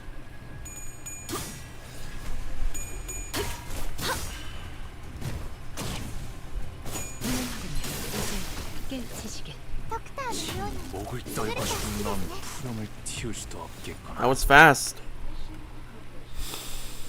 Man, it feels satisfying listening to that mission accomplished. God damn. 또 한 줄 길을 담겼군. 핏물진 길일 뿐이지만 Holy shit, the rewards are great. 홍호는 그제야 알게 되겠지. 이 Ah, 홍로가 무얼 바꿔온지를. it's like me. I'll wait until I have 5 Gluttony Eagle resources. Malphas is her buff, and her and with Ward of Hongwan Blood of S3. That is only used at the start at the middle of the fight. Okay, okay.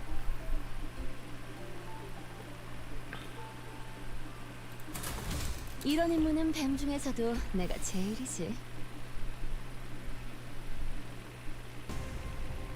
뛰어난 병사라도 Alright. 적재 적소에 쓰지 See how many we got. 않는 무는 20 as usual, huh? 우선 전황부터 살피지. 천국 정도는 읽었다. 나머지는 칼을 휘두를 일 아닌가.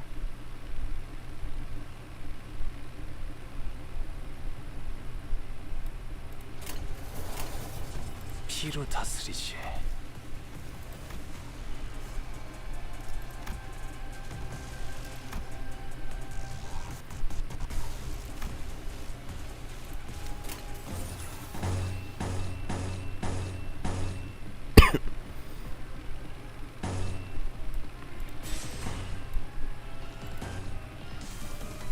개의치 않고 말씀을.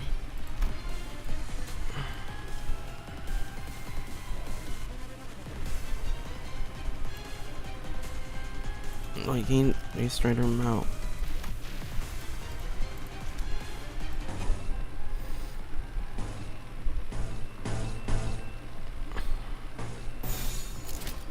받아볼 텐가. 12수에게 명한다. 이 앞에 Never let Lord of Hongwan retreat unless there's a haste that's low and should retreat. Okay, 깨지시게. 다들 keeping that in mind. 있을 때보다 정말 강해지셨네요. 이 거리는 충분해. 너한텐 조금 멀겠지만. 차포장 감회가 새로워요. 예상한 것보다 움직임이 더 좋구나. 화력, 추진. 각자의 피자 동정은 필요 敵に 없겠죠. 対して大きな打撃を与えました。 Oh shoot. 이것밖에 못하나. このままいけば敵を食い止められます。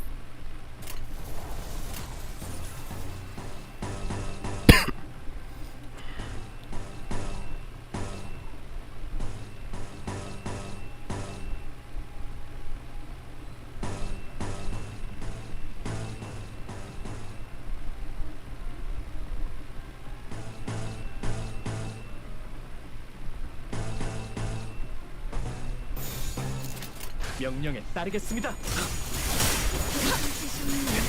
서 있으면 못 떨어질 수밖에. 각자의 위치가 Number- 있으니 Okay, in order of Pokemon use defense. Nah, that's its skill and it won't affect anything, so don't mind.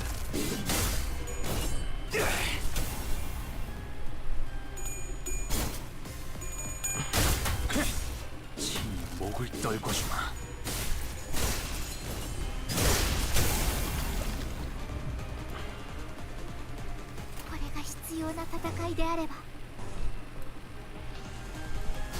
Oh, you're kidding me.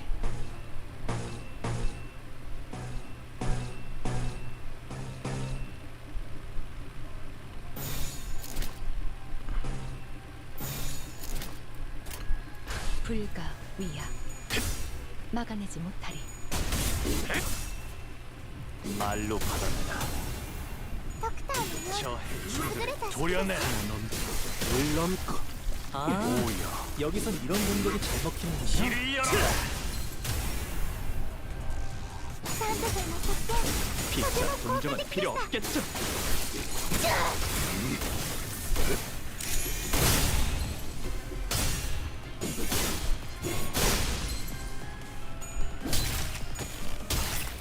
모든 것에 견뎠어.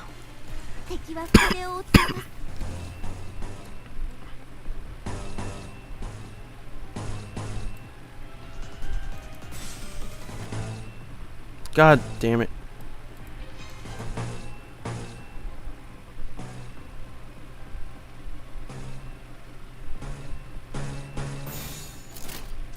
목을 콱 물어버리자고.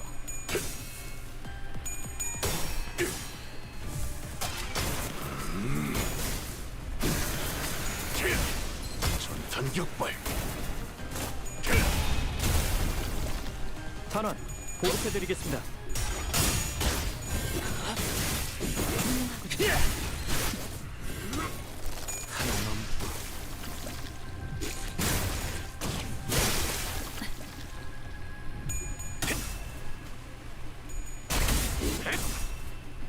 토끼를 본다. 저 해충들을 도려내라. 묘야. 넌 풍 튀울 수도 없겠구나. 놀라 사태 완료.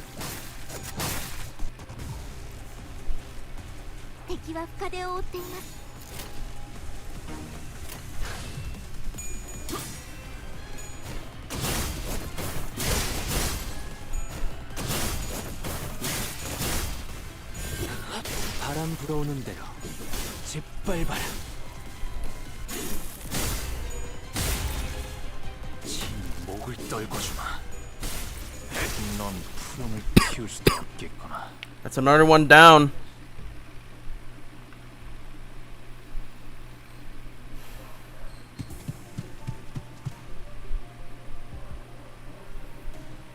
The remaining entities have all returned to the sea. Is everyone okay? It was just like our last skirmish. Sea terrors that had surrounded the ship returned to the sea even before the battle came to an end. And their retreat felt too orderly and deliberate to be just running away. It's almost like they're making a tactical retreat. We're doing peachy, but what about the ship? Fow, is the ship okay? Minor damages to the hull, but nothing that will impede the ship's operational capabilities. Phew. So, I noticed during the battle, I might be wrong of course, but I think I noticed how around the end of the battle, those monsters were starting to go after the manager? You're probably right, actually. I noticed too, at some point during our battle, those monsters realized that it's the manager who's commanding the rest of us. I sensed the very same. Their movements were fluid and adaptive, as though they were learning our behavior. Why does the Church of the Deep worship monsters like them? That ain't much of a question in it. They must have all gone mental. I'm sure they have many reasons, but Seaborns are beings of infinite potential. So much so that there's no superlative big enough to properly convey the scale. As organisms, they can endlessly evolve and adapt. Every time they encounter a new environment or a new element, they transform themselves in other Seaborns. Maybe that's their draw. That fascination may be an attitude most befitting a researcher, yet transformation of fascination into idolatry is, if I may be frank, not entirely positive. I find them pretty uncomfortable. They just remind me of whales. Hold on. Then can they adapt to learn a language to communicate with us? What? Going by everything we heard, I think they sound really smart. Mayor's eyes went round at Hongwoo's suggestion. She brought her hands to her mouth, surprised. It sure was something. I heard there was a Seaborn who could talk. If non-humans could speak the language of humans, regardless of its testament to their intelligence, I can only think of two possibilities as to why they would. One, to communicate with humans. The other, to deceive humans. More often than not, it's the latter. What about distortions? Some of them already know how to speak. Distortions are phenomena in which humans transform into their monstrous forms, first observed after the White Knights and Dark Days incident.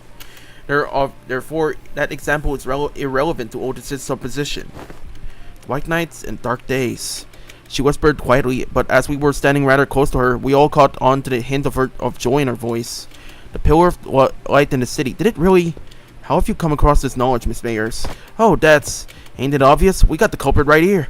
The storyteller lass has been gabbing on to no end. Yeah, she's been talking non-stop all morning about all kinds of stories, hasn't she? Huh? Yet, I have not gotten that far. You again. You didn't get so lost in your own stories that you blabbed all about our company has secrets, have you? Nay, fee! I would simply not! As Don Quixote was subject to yet another round of scolding, Amiya stared out toward the sea, wary that sea terrors might start crawling to the surface once again before turning toward us. Wait a fucking second. Mayor saw the pillar? The pillar that Angela started. Or rather, the pillar that was erected during the White Knights and Dark Days. The moment when a innocuous abnormality upgraded to an Aleph class, the top of the class, the top of the abnormality ranking charts, mind you, and she fucking saw it. How?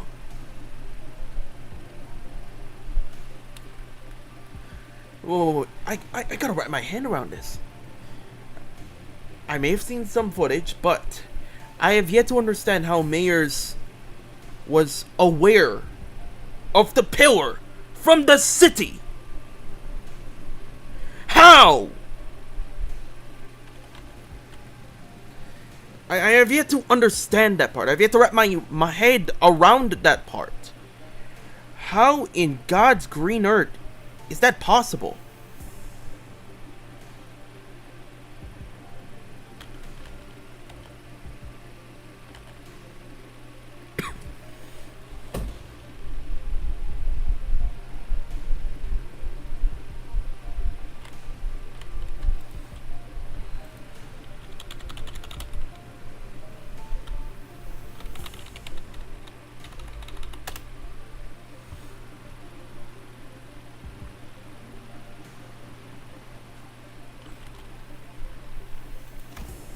I wonder which of the two the Seaborns are. Their sense of self is really, really faint, so I don't think they'd be in either category. I think it's possible that they learned human language out of instinct, that the power of speech might help them survive. It appears that you, Miss Mayers, are quite expert on the subject of Seaborns. Your knowledge of them goes beyond what fear for one's survival may yield, thereby suggesting a different means of acquisition. Do you by chance worship the Seaborns? I don't worship Seaborns. Seaborns don't have any hopes or wishes, just desire for survival. Miss Mayers, does that mean if the Seaborns were somehow able to hope? Maybe so. Is that so? The repairs are complete. As we were conversing, Faust descended from the ship with a neatly organized set of tools borrowed from the village. Repairs completed. I'm guessing repairs are done? Yes, the ship is ready to set sail. Did you have a departure time and date in mind? I prefer if we could depart as soon as possible. We don't have a set time or anything, but I think we should be able to set sail this late afternoon at the earliest. That soon? As you've seen, we don't have a lot to bring with us. By the way, how far out to sea do you guys need to go? We need to find this dimensional door of sorts. I could see the dimensional door's light from the beach at night. It was faint, but given how the light's strong enough to break through the sea fog, we should be able to determine its location somewhere around the coastal waters. So, we can go back tonight. The first order of business is to relay this news to the villagers. Yeah, back to the village for now. Okay, so we've made some significant progress. 또 한 줄. 길을 담겨. Once again, I am drowning in Kim Ji-hoon's generosity. Thank you so much. 지나면 홍호는 그제야 알게 되겠지. 이 홍로가 LCPC 6. Huh, LCPC.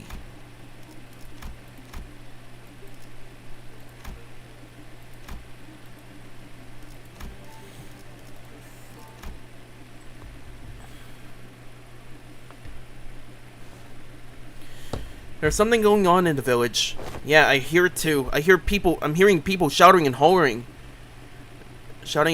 When we returned to the village, ship repairs completed, we were welcomed by a rather hostile standoff.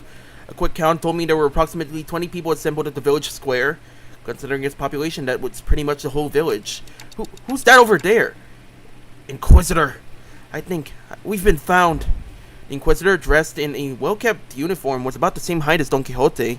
The sword and lamp hanging from her waist sits in stark contrast with the more run-down, ramshackle village. She almost looked like a fixer from the city. So, the Inquisition has discovered our village. Did you really think that you could forever stay out of the Inquisition's gaze, citizen? That's a naive dream. Fabius disappeared from the Inquisition mid-interrogation under charges of suspicion of membership within the Church of the Deep. Last known location, Salt Flat. The Inquisitors have informed me that you have been identified next to pirates in its fringes. From a criminal to an outlaw, what a dramatic evolution of your career. But it ends here, now. Every citizen here, including you, will be accompanying me to the Inquisition. They have never broken a single law, nor are they outlaws of any kind. They are not like me. They have disregarded the Inquisition's authority, evaded the gaze of Iberia, and found this sudden curse to lurking.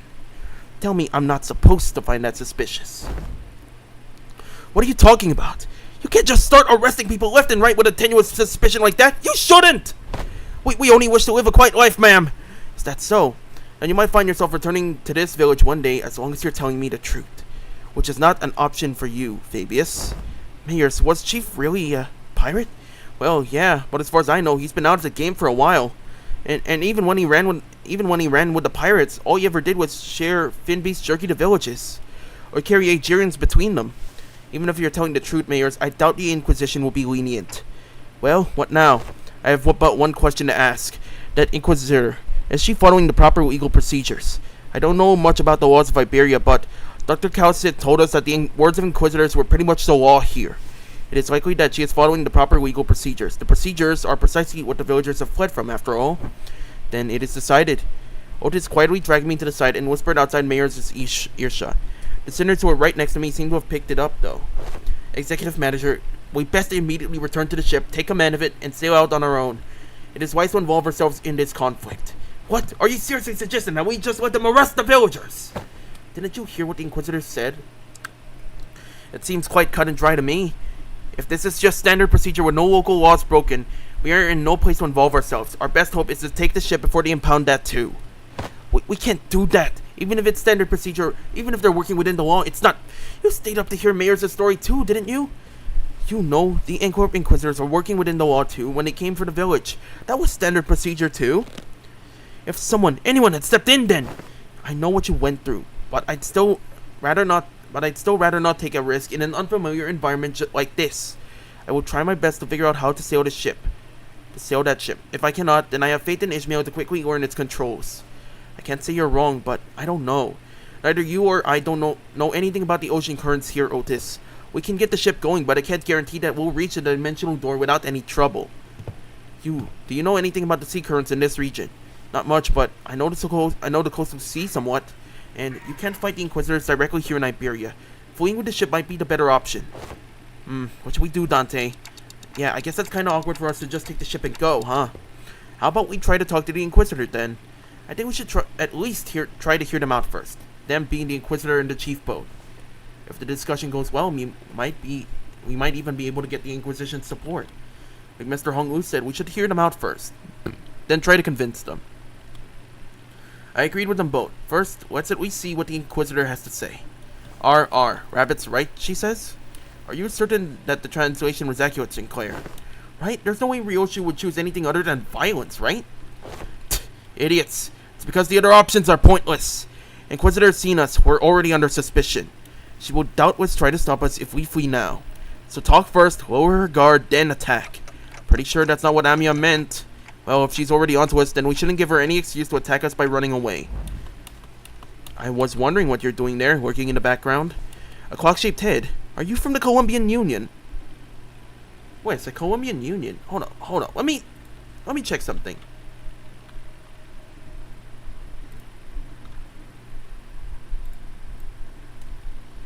Hold on. Colombian Union. Give me a second.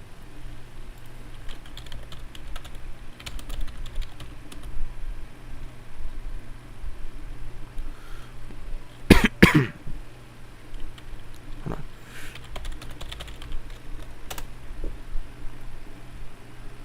Okay.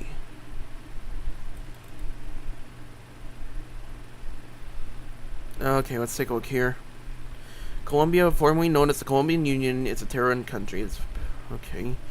Youngest nation in Terra, but also a melting pot of various races and cultures around Terra. And also known for accelerating scientific progress, its modern technology, and influence it exerts through mega corporations and extensive military. However, Colombia is increasingly... Oh, damn. So there's... Oh... Okay. I'm seeing the problem here. Take a look. So Colombia is basically the USA in Arknights world. Yeah, Colombian language is similar to American English. If looking for Arknights content, don't use the fandom wiki. It's very outdated and sometimes just wrong. This was the only thing I could find. I don't know if they have a wiki GG page. Let me check. Oh yeah, there it is. Oh my god, this is a mouthful. Okay. Melting pot of various races and cultures, Victorian colony in the region that declared independence under Gaulish support. Following its victory in the War for Independence, Colombia continues to expand westward while accelerating in scientific progress, military capability, and ideological exports and economy. God damn.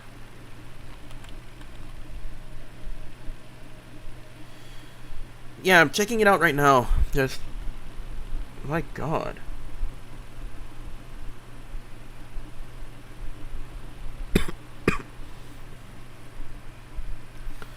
Sarcas.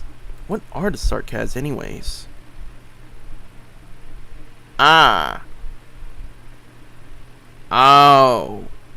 Oh. Yeah, no. I'm not gonna touch that shit. No. Okay, so they're more or less the USA. Treatment, nation of equity. Treatment is okay. Actually, better than most, but it is prone to exploitation. Yeah, that seems to mirror the states in a way. Actually, it seems to mirror the USA pretty well, actually. Holy shit.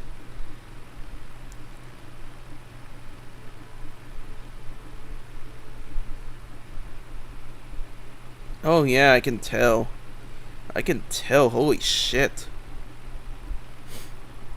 Anyway, I should so the reason this question came from is because this Inquisitor thinks Dante is from Colombia, because that clock for a head may as well be advanced technology. I can see where she's coming from. Yeah, I can see where she's coming from there. Yeah, no questions asked. They're wearing a clock for a head due to reasons, but they have nothing to do with the Colombian Union. What's the Colombian Union? TikTok? Which language are they speaking?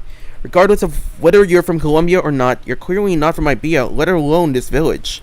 You're not wrong, but I think there's been a bit of a misunderstanding. I'm quite certain you don't know enough about these villagers to stand between them and an Inquisitor. How long have you been staying here? 2 days? Buddy, don't just tell her that! 2 days? Alright, enough of this, Carrie. Get out of the way, outside. Get out of my way, outsider. The attempt appears to have been made on quite the unstable ground. Please lend us your ear for a minute, Inquisitor. I'm Amiya, leader of Rhodes Island. Yes, I am aware of Iberia's close border situation. I felt hope swelling within me as Amiya began with confidence, unlike Sinclair. Alas, it was short-lived. thanks to the Inquisitor's quick retort. I couldn't help but place my palm against my forehead at the exchange that followed. Oh, so not only are we dealing with outsiders of dubious origin, we have illegal entry as well. God damn it! Don't be like that. Come on! We had to, because the issue demands urgency, and I've been briefed. Brazenly crossed the border, didn't you? I don't know how urgent that issue could be, but I doubt it's anything more significant than the situation at hand for Iberia and its Inquisition. The High Inquisitor is handling the Rhodes Island issue. Stay put and await the consequences while he and that chatty med doctor of yours talk it out. Do know that your treatment may depend on her negotiation skills. As for the village chief, I understand that you have the right to arrest him, as he's a fugitive who has fled in the middle of an interrogation and has been sailing with the pirates. However, it is an inhumane treatment to arrest the rest of the villagers as well. Inhumane? This decision is well within the rights bestowed upon the Inquisition. They've lived for years right next to that highly suspicious Aegir. The Inquisition must investigate for the rest of them as well to verify whether they have committed any acts of treason against our laws.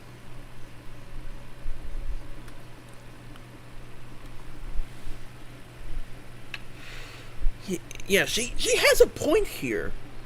These people have been living for years next to the sea without any sign of sea terrors. What the fuck?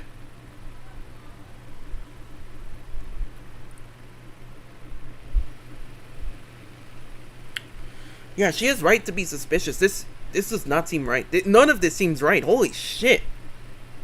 Dwindling supplies, yet surviving here for years. Oh shit. Oh shit! This isn't going anywhere, is it?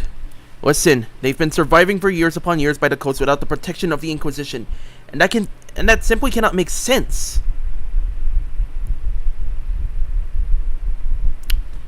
Okay, yeah, Fairmore's full of shit. They're all, yeah, go ahead, arrest them all! Oi, I think I've heard enough from you. Ain't that funny how you're blaming them for what is essentially a failure of your responsibilities? And now you roll up in here, only to go, they shouldn't be alive, I'm arresting them all! What, are you saying these people should all be dead or something? I am. There's no other way to cut it. People shouldn't be able to survive in a place like this, not for this long. The Inquisitor's reply only seemed to fan Heathcliff's wrath as he lifted his bat and began striding forward. Ah, that's it! Lass, if you ever so much as touch the tip of a single villager's hair, please calm yourself, Heathcliff. But Honglu stepped in between them. Get your bloody hands off me! I've had enough of her! Continuing to threaten her will cause something irrevocably bad to happen. I believe you know that yourself, Heathcliff. What do you suggest then? We're clearly not making any progress by trying to talk this out. Excuse me, Miss Inquisitor. What do you mean that people shouldn't be able to survive in a place like this? I mean it literally. Even by some miracle that they actually do survive, they should at least be suffering from endless hunger, struggling to their wits' end at the inevitability of the calamity. But they look too healthy. Roger, I don't think you're getting this. They shouldn't be alive. They should have starved to death. It's a miracle they even came this far. For years, I might add. The heck? Then shouldn't you be appointing them for managing to survive through so much hardship? I'm an Inquisitor. I'm not some crazy person on a power high who goes around accosting and arresting civilians of Iberia straight to the gallows, okay? I have more than enough probable cause to take them in for interrogation. It's just that I don't have the time or energy to explain every single one of them to you outsiders. I promise them a fair judgment, whichever way that may be, after a proper investigation. So stop it with this obstruction of justice. The Inquisitor brandished her rapier threateningly, her voice shaking with frustration. Dante, without the full picture of the circumstances, Faust advises against further antagonization of a local political authority. I agree with Faust. I get the feeling that she isn't the kind of heartless Inquisitor who goes around indiscriminately executing innocents, like Miss Mayers told us about earlier. I don't think she's anything like the Inquisitors of Encorp like we saw back at Cowl. Okay, so they follow the word to the letter, not the spirit of it. Okay. Okay, so from looking at here, they're following the... Are they following the word to the letter or following the spirit of the letter? I'm confused. I'm very confused.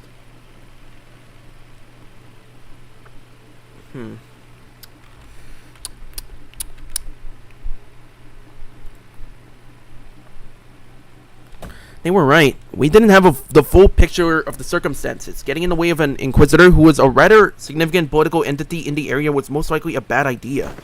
It isn't the inquisitor's job to answer your questions. Continue to obstruct me then, as the standoff was showing no signs of ending. Miss Mayers, I can answer your questions, so for now, let's do as the inquisitor says. Mayers, who had been hiding behind us ever since we returned to the village, suddenly stepped forward. Yet, what of thy grandfather and the villagers? It's alright, I'm sure this is happening only because of the Inquisitor doesn't know. What do you mean you'll answer the questions? About the profound silence. Ms. Mayer's response to Otis was but a single concept. I didn't quite grasp its significance, but it seemed to surprise Inquisitor. That's what they called the calamity that destroyed Iberia. The Great Silence, huh? Okay, this is going to be interesting.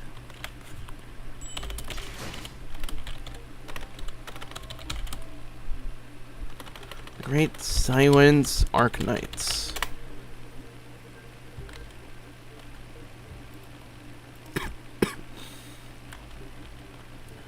Hold on. Oh wait, wrong one. Great Silence. Profound Silence, I see.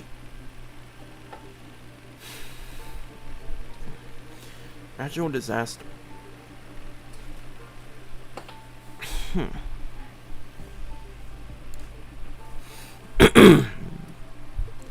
Okay.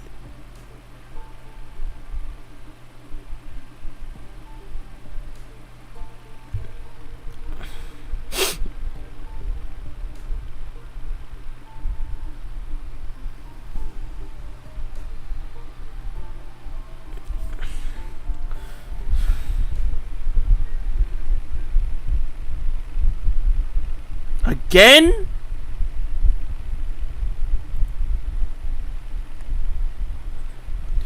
Okay, take a look at Iberia on the Terra map. The Profound Silence, it's the reason it looks like this. There should also be an interactive map somewhere in the wiki. Okay, hold on.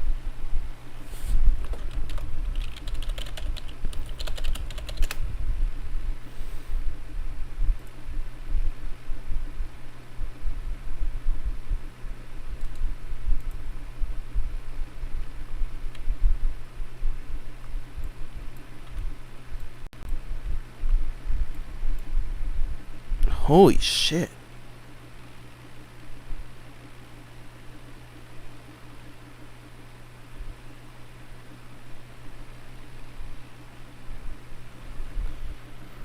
This is massive.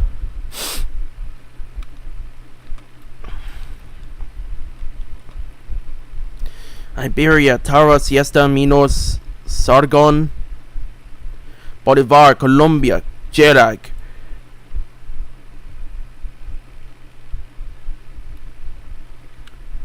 Casimir, Sami, Ursus, Higashi, Yan, Casdeo, Siracusa, Rimbeliton, Laterano, Tara, Victoria, Letanian. Oh. Iberia. Niger. Oh.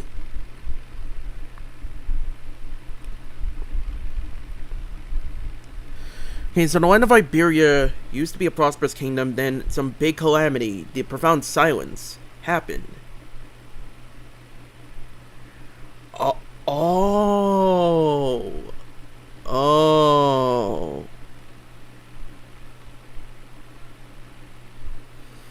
Okay, Iger, for at least 2 centuries, Iger has been facing threats from the Seaborn as the Leviathans, the bearers of the Seaborn, became increasingly unstable.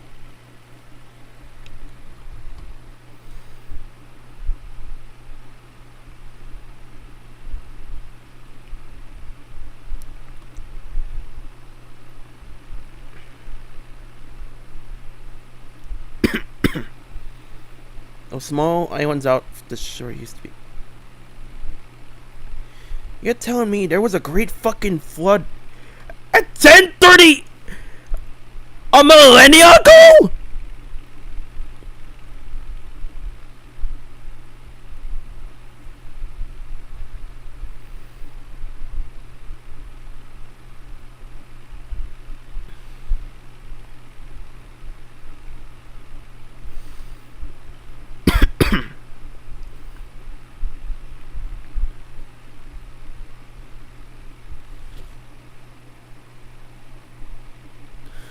Holy fuck! Holy shit! This is... Holy fuck. You've gotta be kidding me.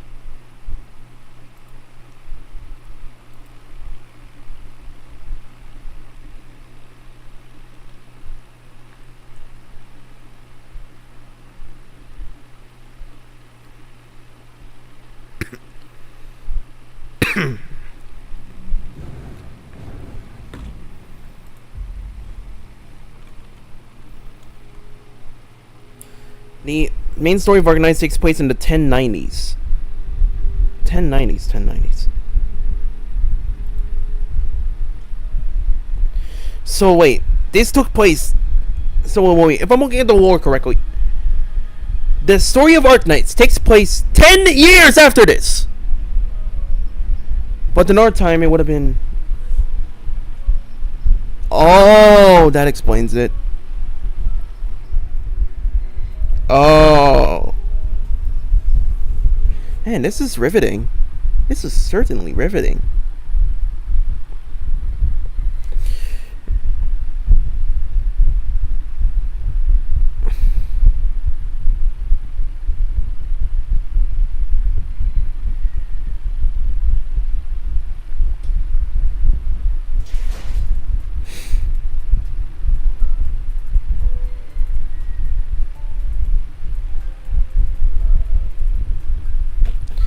$60. Also, Terra is not Earth.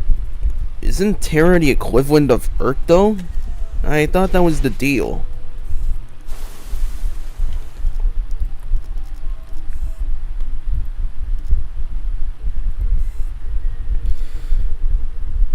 $10.90. So 10. So wait, 1038. Wait. So 1030. Oh, 60 years. Fuck. I got the math mixed up. I'm sorry about that one. Anyways, LCPC 7 spinning clock.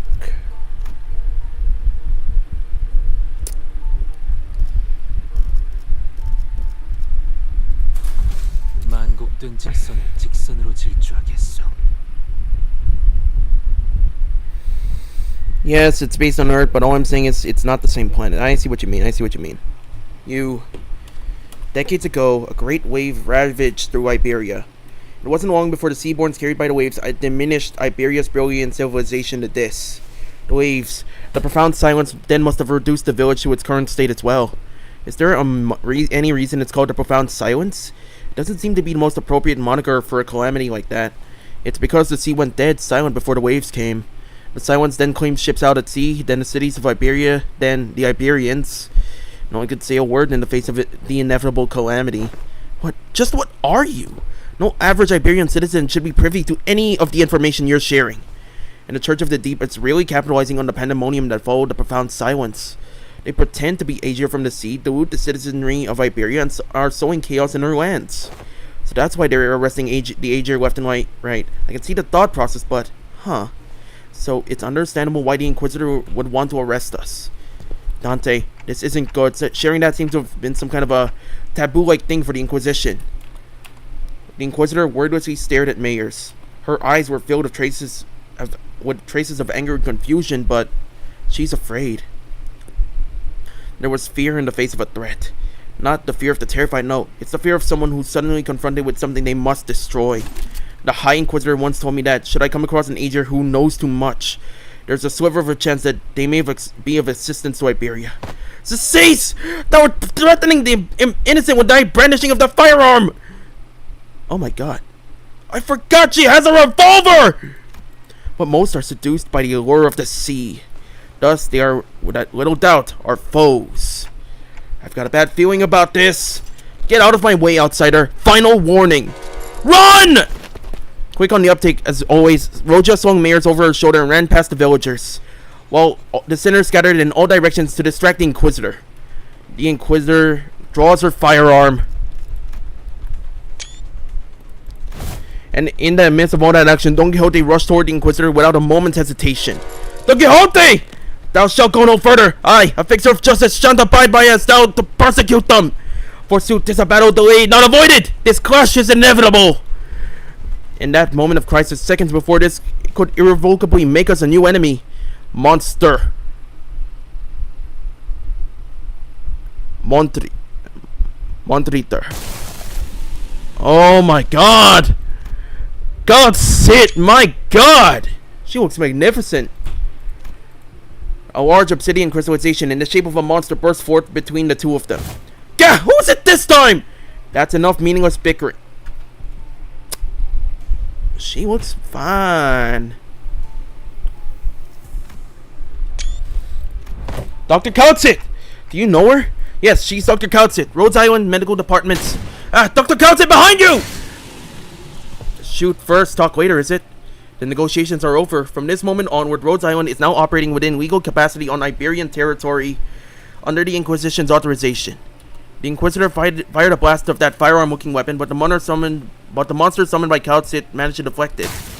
And the cannonball thrown from the weapon punched clean through the wall of the building we stayed the night in before punching through several other buildings behind it. That was enough to instantly freeze the sinners and the villagers on the spot. That penetrated a building.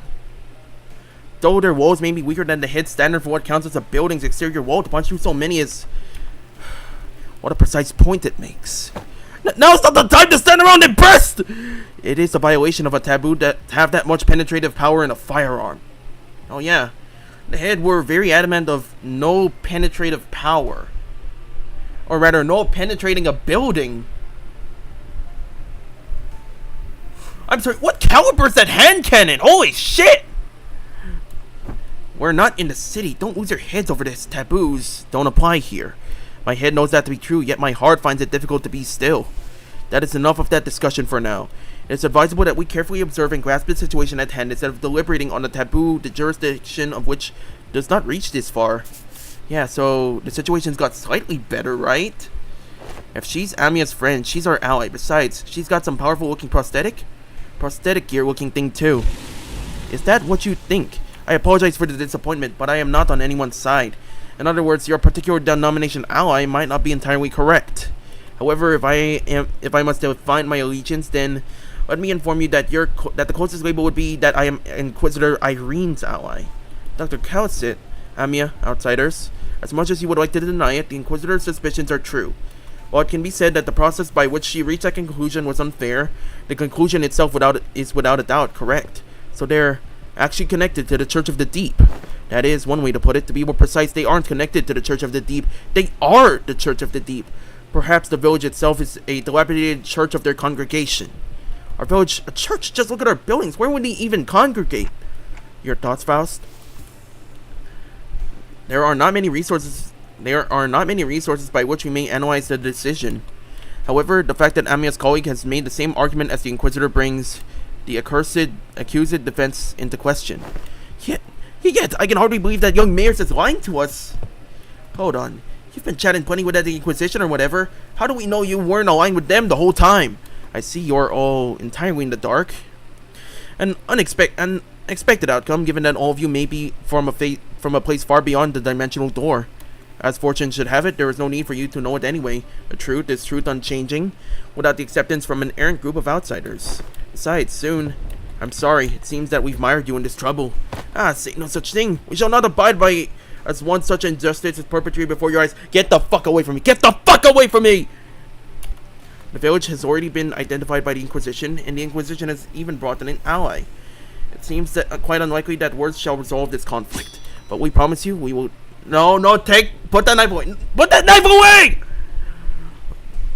But we promise you, we will take responsibility for what is done. We have benefited far too much from your wanton kindness not to do so. The villager chief with a benevolent look pulls a dagger from his cloth. And I immediately knew what Calcit was about to say. Take responsibility, you don't have to go that far. Ah! Blimey! We are now departing for the sea, yet we cannot bring ourselves to leave you here. I must ask you to join us for this journey, become our bloodkin. Oh, you fucking rat! Motherfucker! What is it? What are you doing? Stop! The unanticipated, or perhaps I was simply in denial of this rising dread, ambush did not end there. Ishmael! Damn it, the Inquisitor was right! Oh, come on, more salt! the villagers suddenly began shanking the sinners with weapons they had concealed in their clothes. And it seemed that they were coming for me as well. Amiya, on your left! Amiya materialized a black ribbon-like apparition, parrying away the dagger flying in my direction. But another villager rushed in, taking advantage of the opening. Charging villagers back made a visceral, crunchy noise. So someone flung them away. Didn't mean to be this way. Scotty! Hey! Nice of you to make it. You're a little late for everyone else, though. Scotty, let me catch you up to speed. I know the situation. This fishy smell was what I went to investigate earlier. What about the sinners? Unlike Amiya and I, who managed to survive the initial ambush, the sinners weren't doing so well. At least we had a silver lining in that the Inquisitor and Count Sid's quick understanding of the situation and the subsequent retaliation led the villagers away from the sinners. I didn't notice any hostility or aggression. What an odd thing to say. Why would we hold any animosity against you? Why would we intend to kill you? We are not trying to hurt you. We are simply trying to give you a form better suited for the sea. Nah, get that bitch ass out of here! I know what the seaboards look like! You want to transform us into that?! Nah. You don't get to survive this shit. You ain't walking out of this house alive, boy! Until we were obstructed. I apologize for our unfamiliarity has caused you trouble, Inquisitor. I won't make a big sting about what happened. What's truly unforgivable is that the heretics tried to take advantage of the ignorance of the outsiders to flee the Inquisition. Man, she looks fine. Kim Ji-hoon, please cook. And even if you are outsiders, any lives lost in Iberian Soul are my responsibility. It's my fault. I'm sorry it came to this. Wait, lives lost? We're still alive, you know. We can shake off a stab wound like... This is most unfortunate, outsider.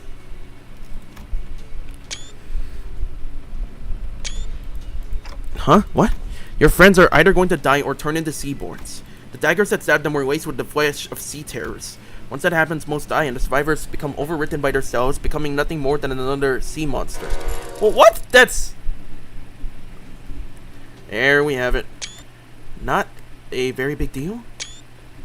Everyone was acting like this was it for the sinners, but... Hey, I should be able to deal with this by turning the clock. It's not that bad. My only concern was that I didn't know what would happen if I tried to bring them back after they fully transformed into Seaborns. The Golden Bow helped deal with the whale's solidification effects, but I had no idea how it would interact with the Seaborn transformations. We should just kill them before they turn.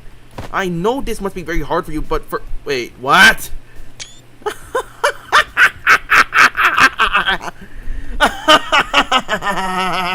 Sorry, needed to warm up my throat. Sorry to bother you with this, but can you kill my friends in, preferably in the least painful way you know? Oh, sorry, was that last part kind of too much to ask? Well, wait, don't give up already. If we bring them back to Lord's Island, we should be able to do something to help them. How should I explain to this? Guys, can you... Dante, I know what you mean, but I just can't right now. My strength is rapidly deteriorated since the ambush.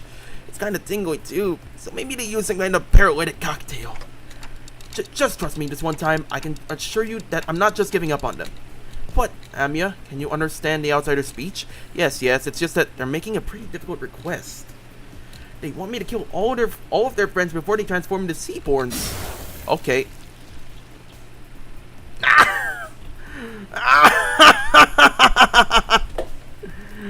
Oh my god. Business as usual, I suppose. And before we even knew it, Scotty had already decapitated the sinners, none of whom resisted. Amiya seemed to be taken aback by just how fast Scotty jumped into action. What are you doing? Scotty, don't let this spook you. This is just how we roll. The clock turns. The decapitated heads creep toward the headless torsos connecting with the threads of blood. The sensation is that of reversal. It feels as though the sinners and I are severed from the rest of the world, rewinding in isolation. Is this rewinding us going back in time, or are we defining the concept itself? This pain is multifold worse than the sensation of a straightforward decapitation. The pain is in the heart. I'm sorry, did Scotty just decapitate and stab the sinners? In that speed? Damn.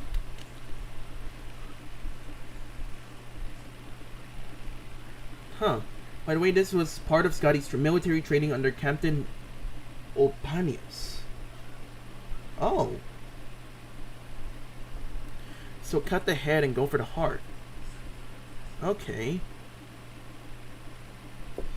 Oh, so kill him as fast as possible. I see the deal here. As the current debt of reverses, I sense a deep crushing isolation. Their wounds are disappearing. Resurrection, metempsychosis, or time reversal. Puzzling. I have no knowledge with which to interpret this technology. The cost seems to be that the pain is transferred to the one who rewinds. But that seems to be too small a price for such great power. Though the discussion of whether this can be categorized as power should be explored later. I couldn't stop shaking. All of my limbs were trembling from this icy solitude. Still, I took a moment to collect myself and order the sinners. I don't know just what they were thinking, but god damn. You're right about the aura farming part. Where Soul's cracking his neck and fixing his tie like it's just another day in the office. Otis is picking herself up. Roja's practically okay. Gregor's fine. Dawn looks like she's out for blood. Second blood, I might add. Yeah!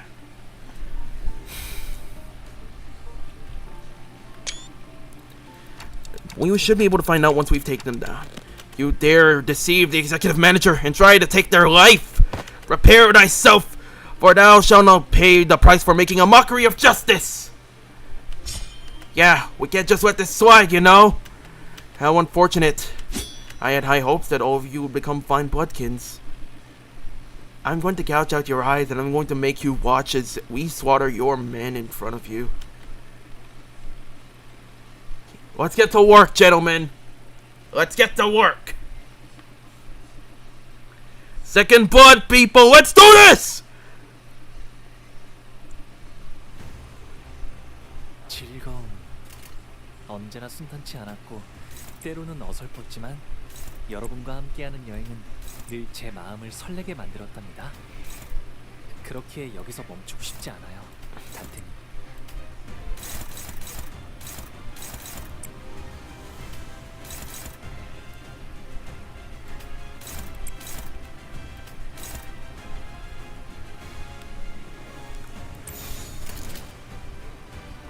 Okay, so Opanios made poems and songs before every battle and made his soldiers memorize them because Seaborn don't recognize culture. So if they started turning, they would also probably start forgetting them. So the solution to that problem would be a quick death. Did I get that right?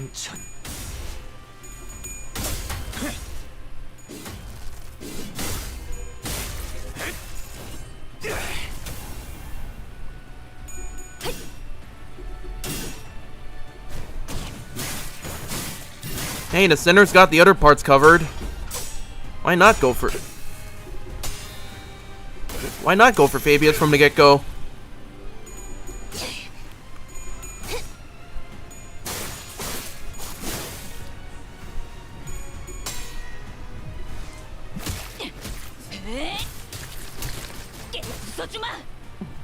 옳다.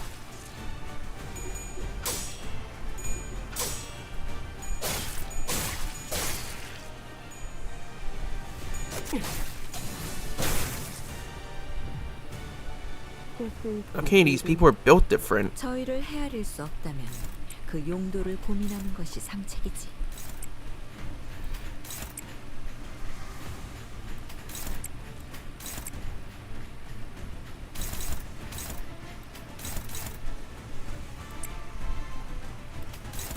Let's get to work. 시비수에게 명한다. 이 앞에 숨지는 자 누구 하나 살려보내지 마라. 아, 여기선 이런 공격이 잘 먹히는군요. Ah. They pick on quick.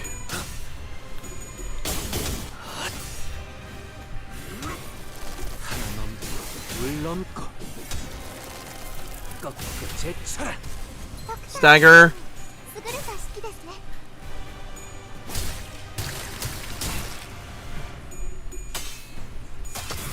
이것밖에 못하나. There we go.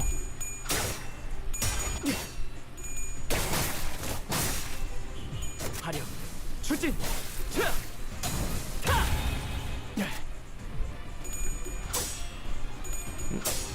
Okay, these guys are dangerous. Holy shit.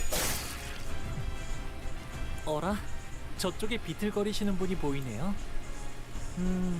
Hey, which ones have paralysis again? 너는 위아래가 없군.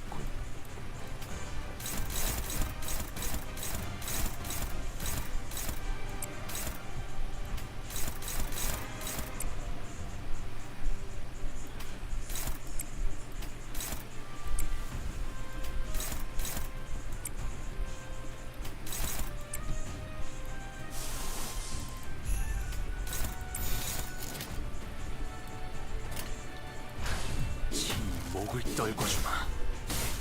넌 푸름을 틔울 수도 없겠구나.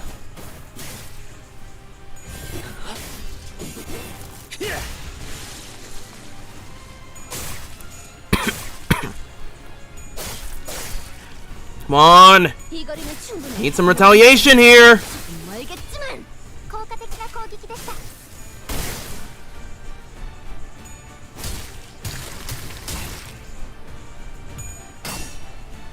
Take it away, Sinclair.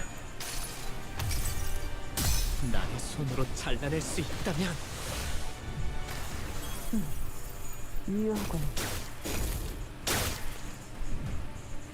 큰 흐름을 뒤집은 건 아니나 좋은 움직임이로구나. Just gotta chip through them, whittle by whittle.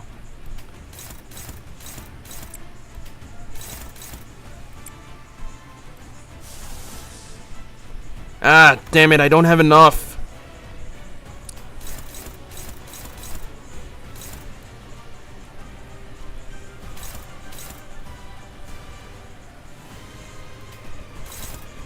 Less.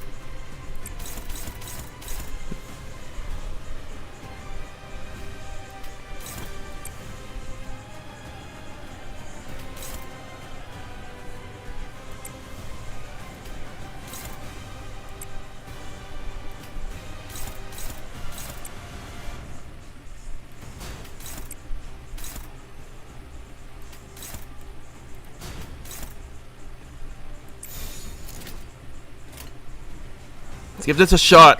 위협 막아내지 못하리.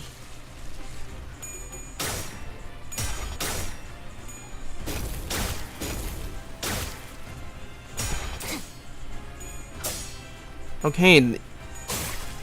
They're good. Really good. Far more dangerous than I give them credit for, at least. 말로 받았다. 저 해줄들을 도려내는 물론 꺾고 제쳐라. 단테님은 매번 기발한 발상을 떠올리시네요. 길을 열어. 넌 푸름을 틔울 수도 없겠구나. 다들 첫 여정을 시작했을 때보다 정말 강해지셨네요. 매일 보아왔는데도 지금은 감회가 새로워요. God damn it. 숨겨둔 수를 드러낸 모양이구나.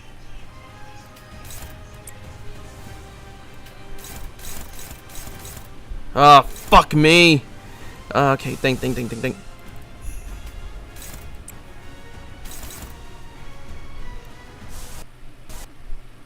Are you kidding me? Again?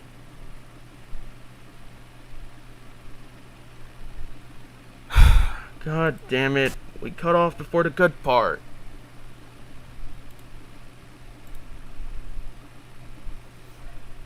I guess this is why they were scheduling an update notice. God damn it, is the Wi-Fi lagging? Ah crap, the Wi-Fi broke!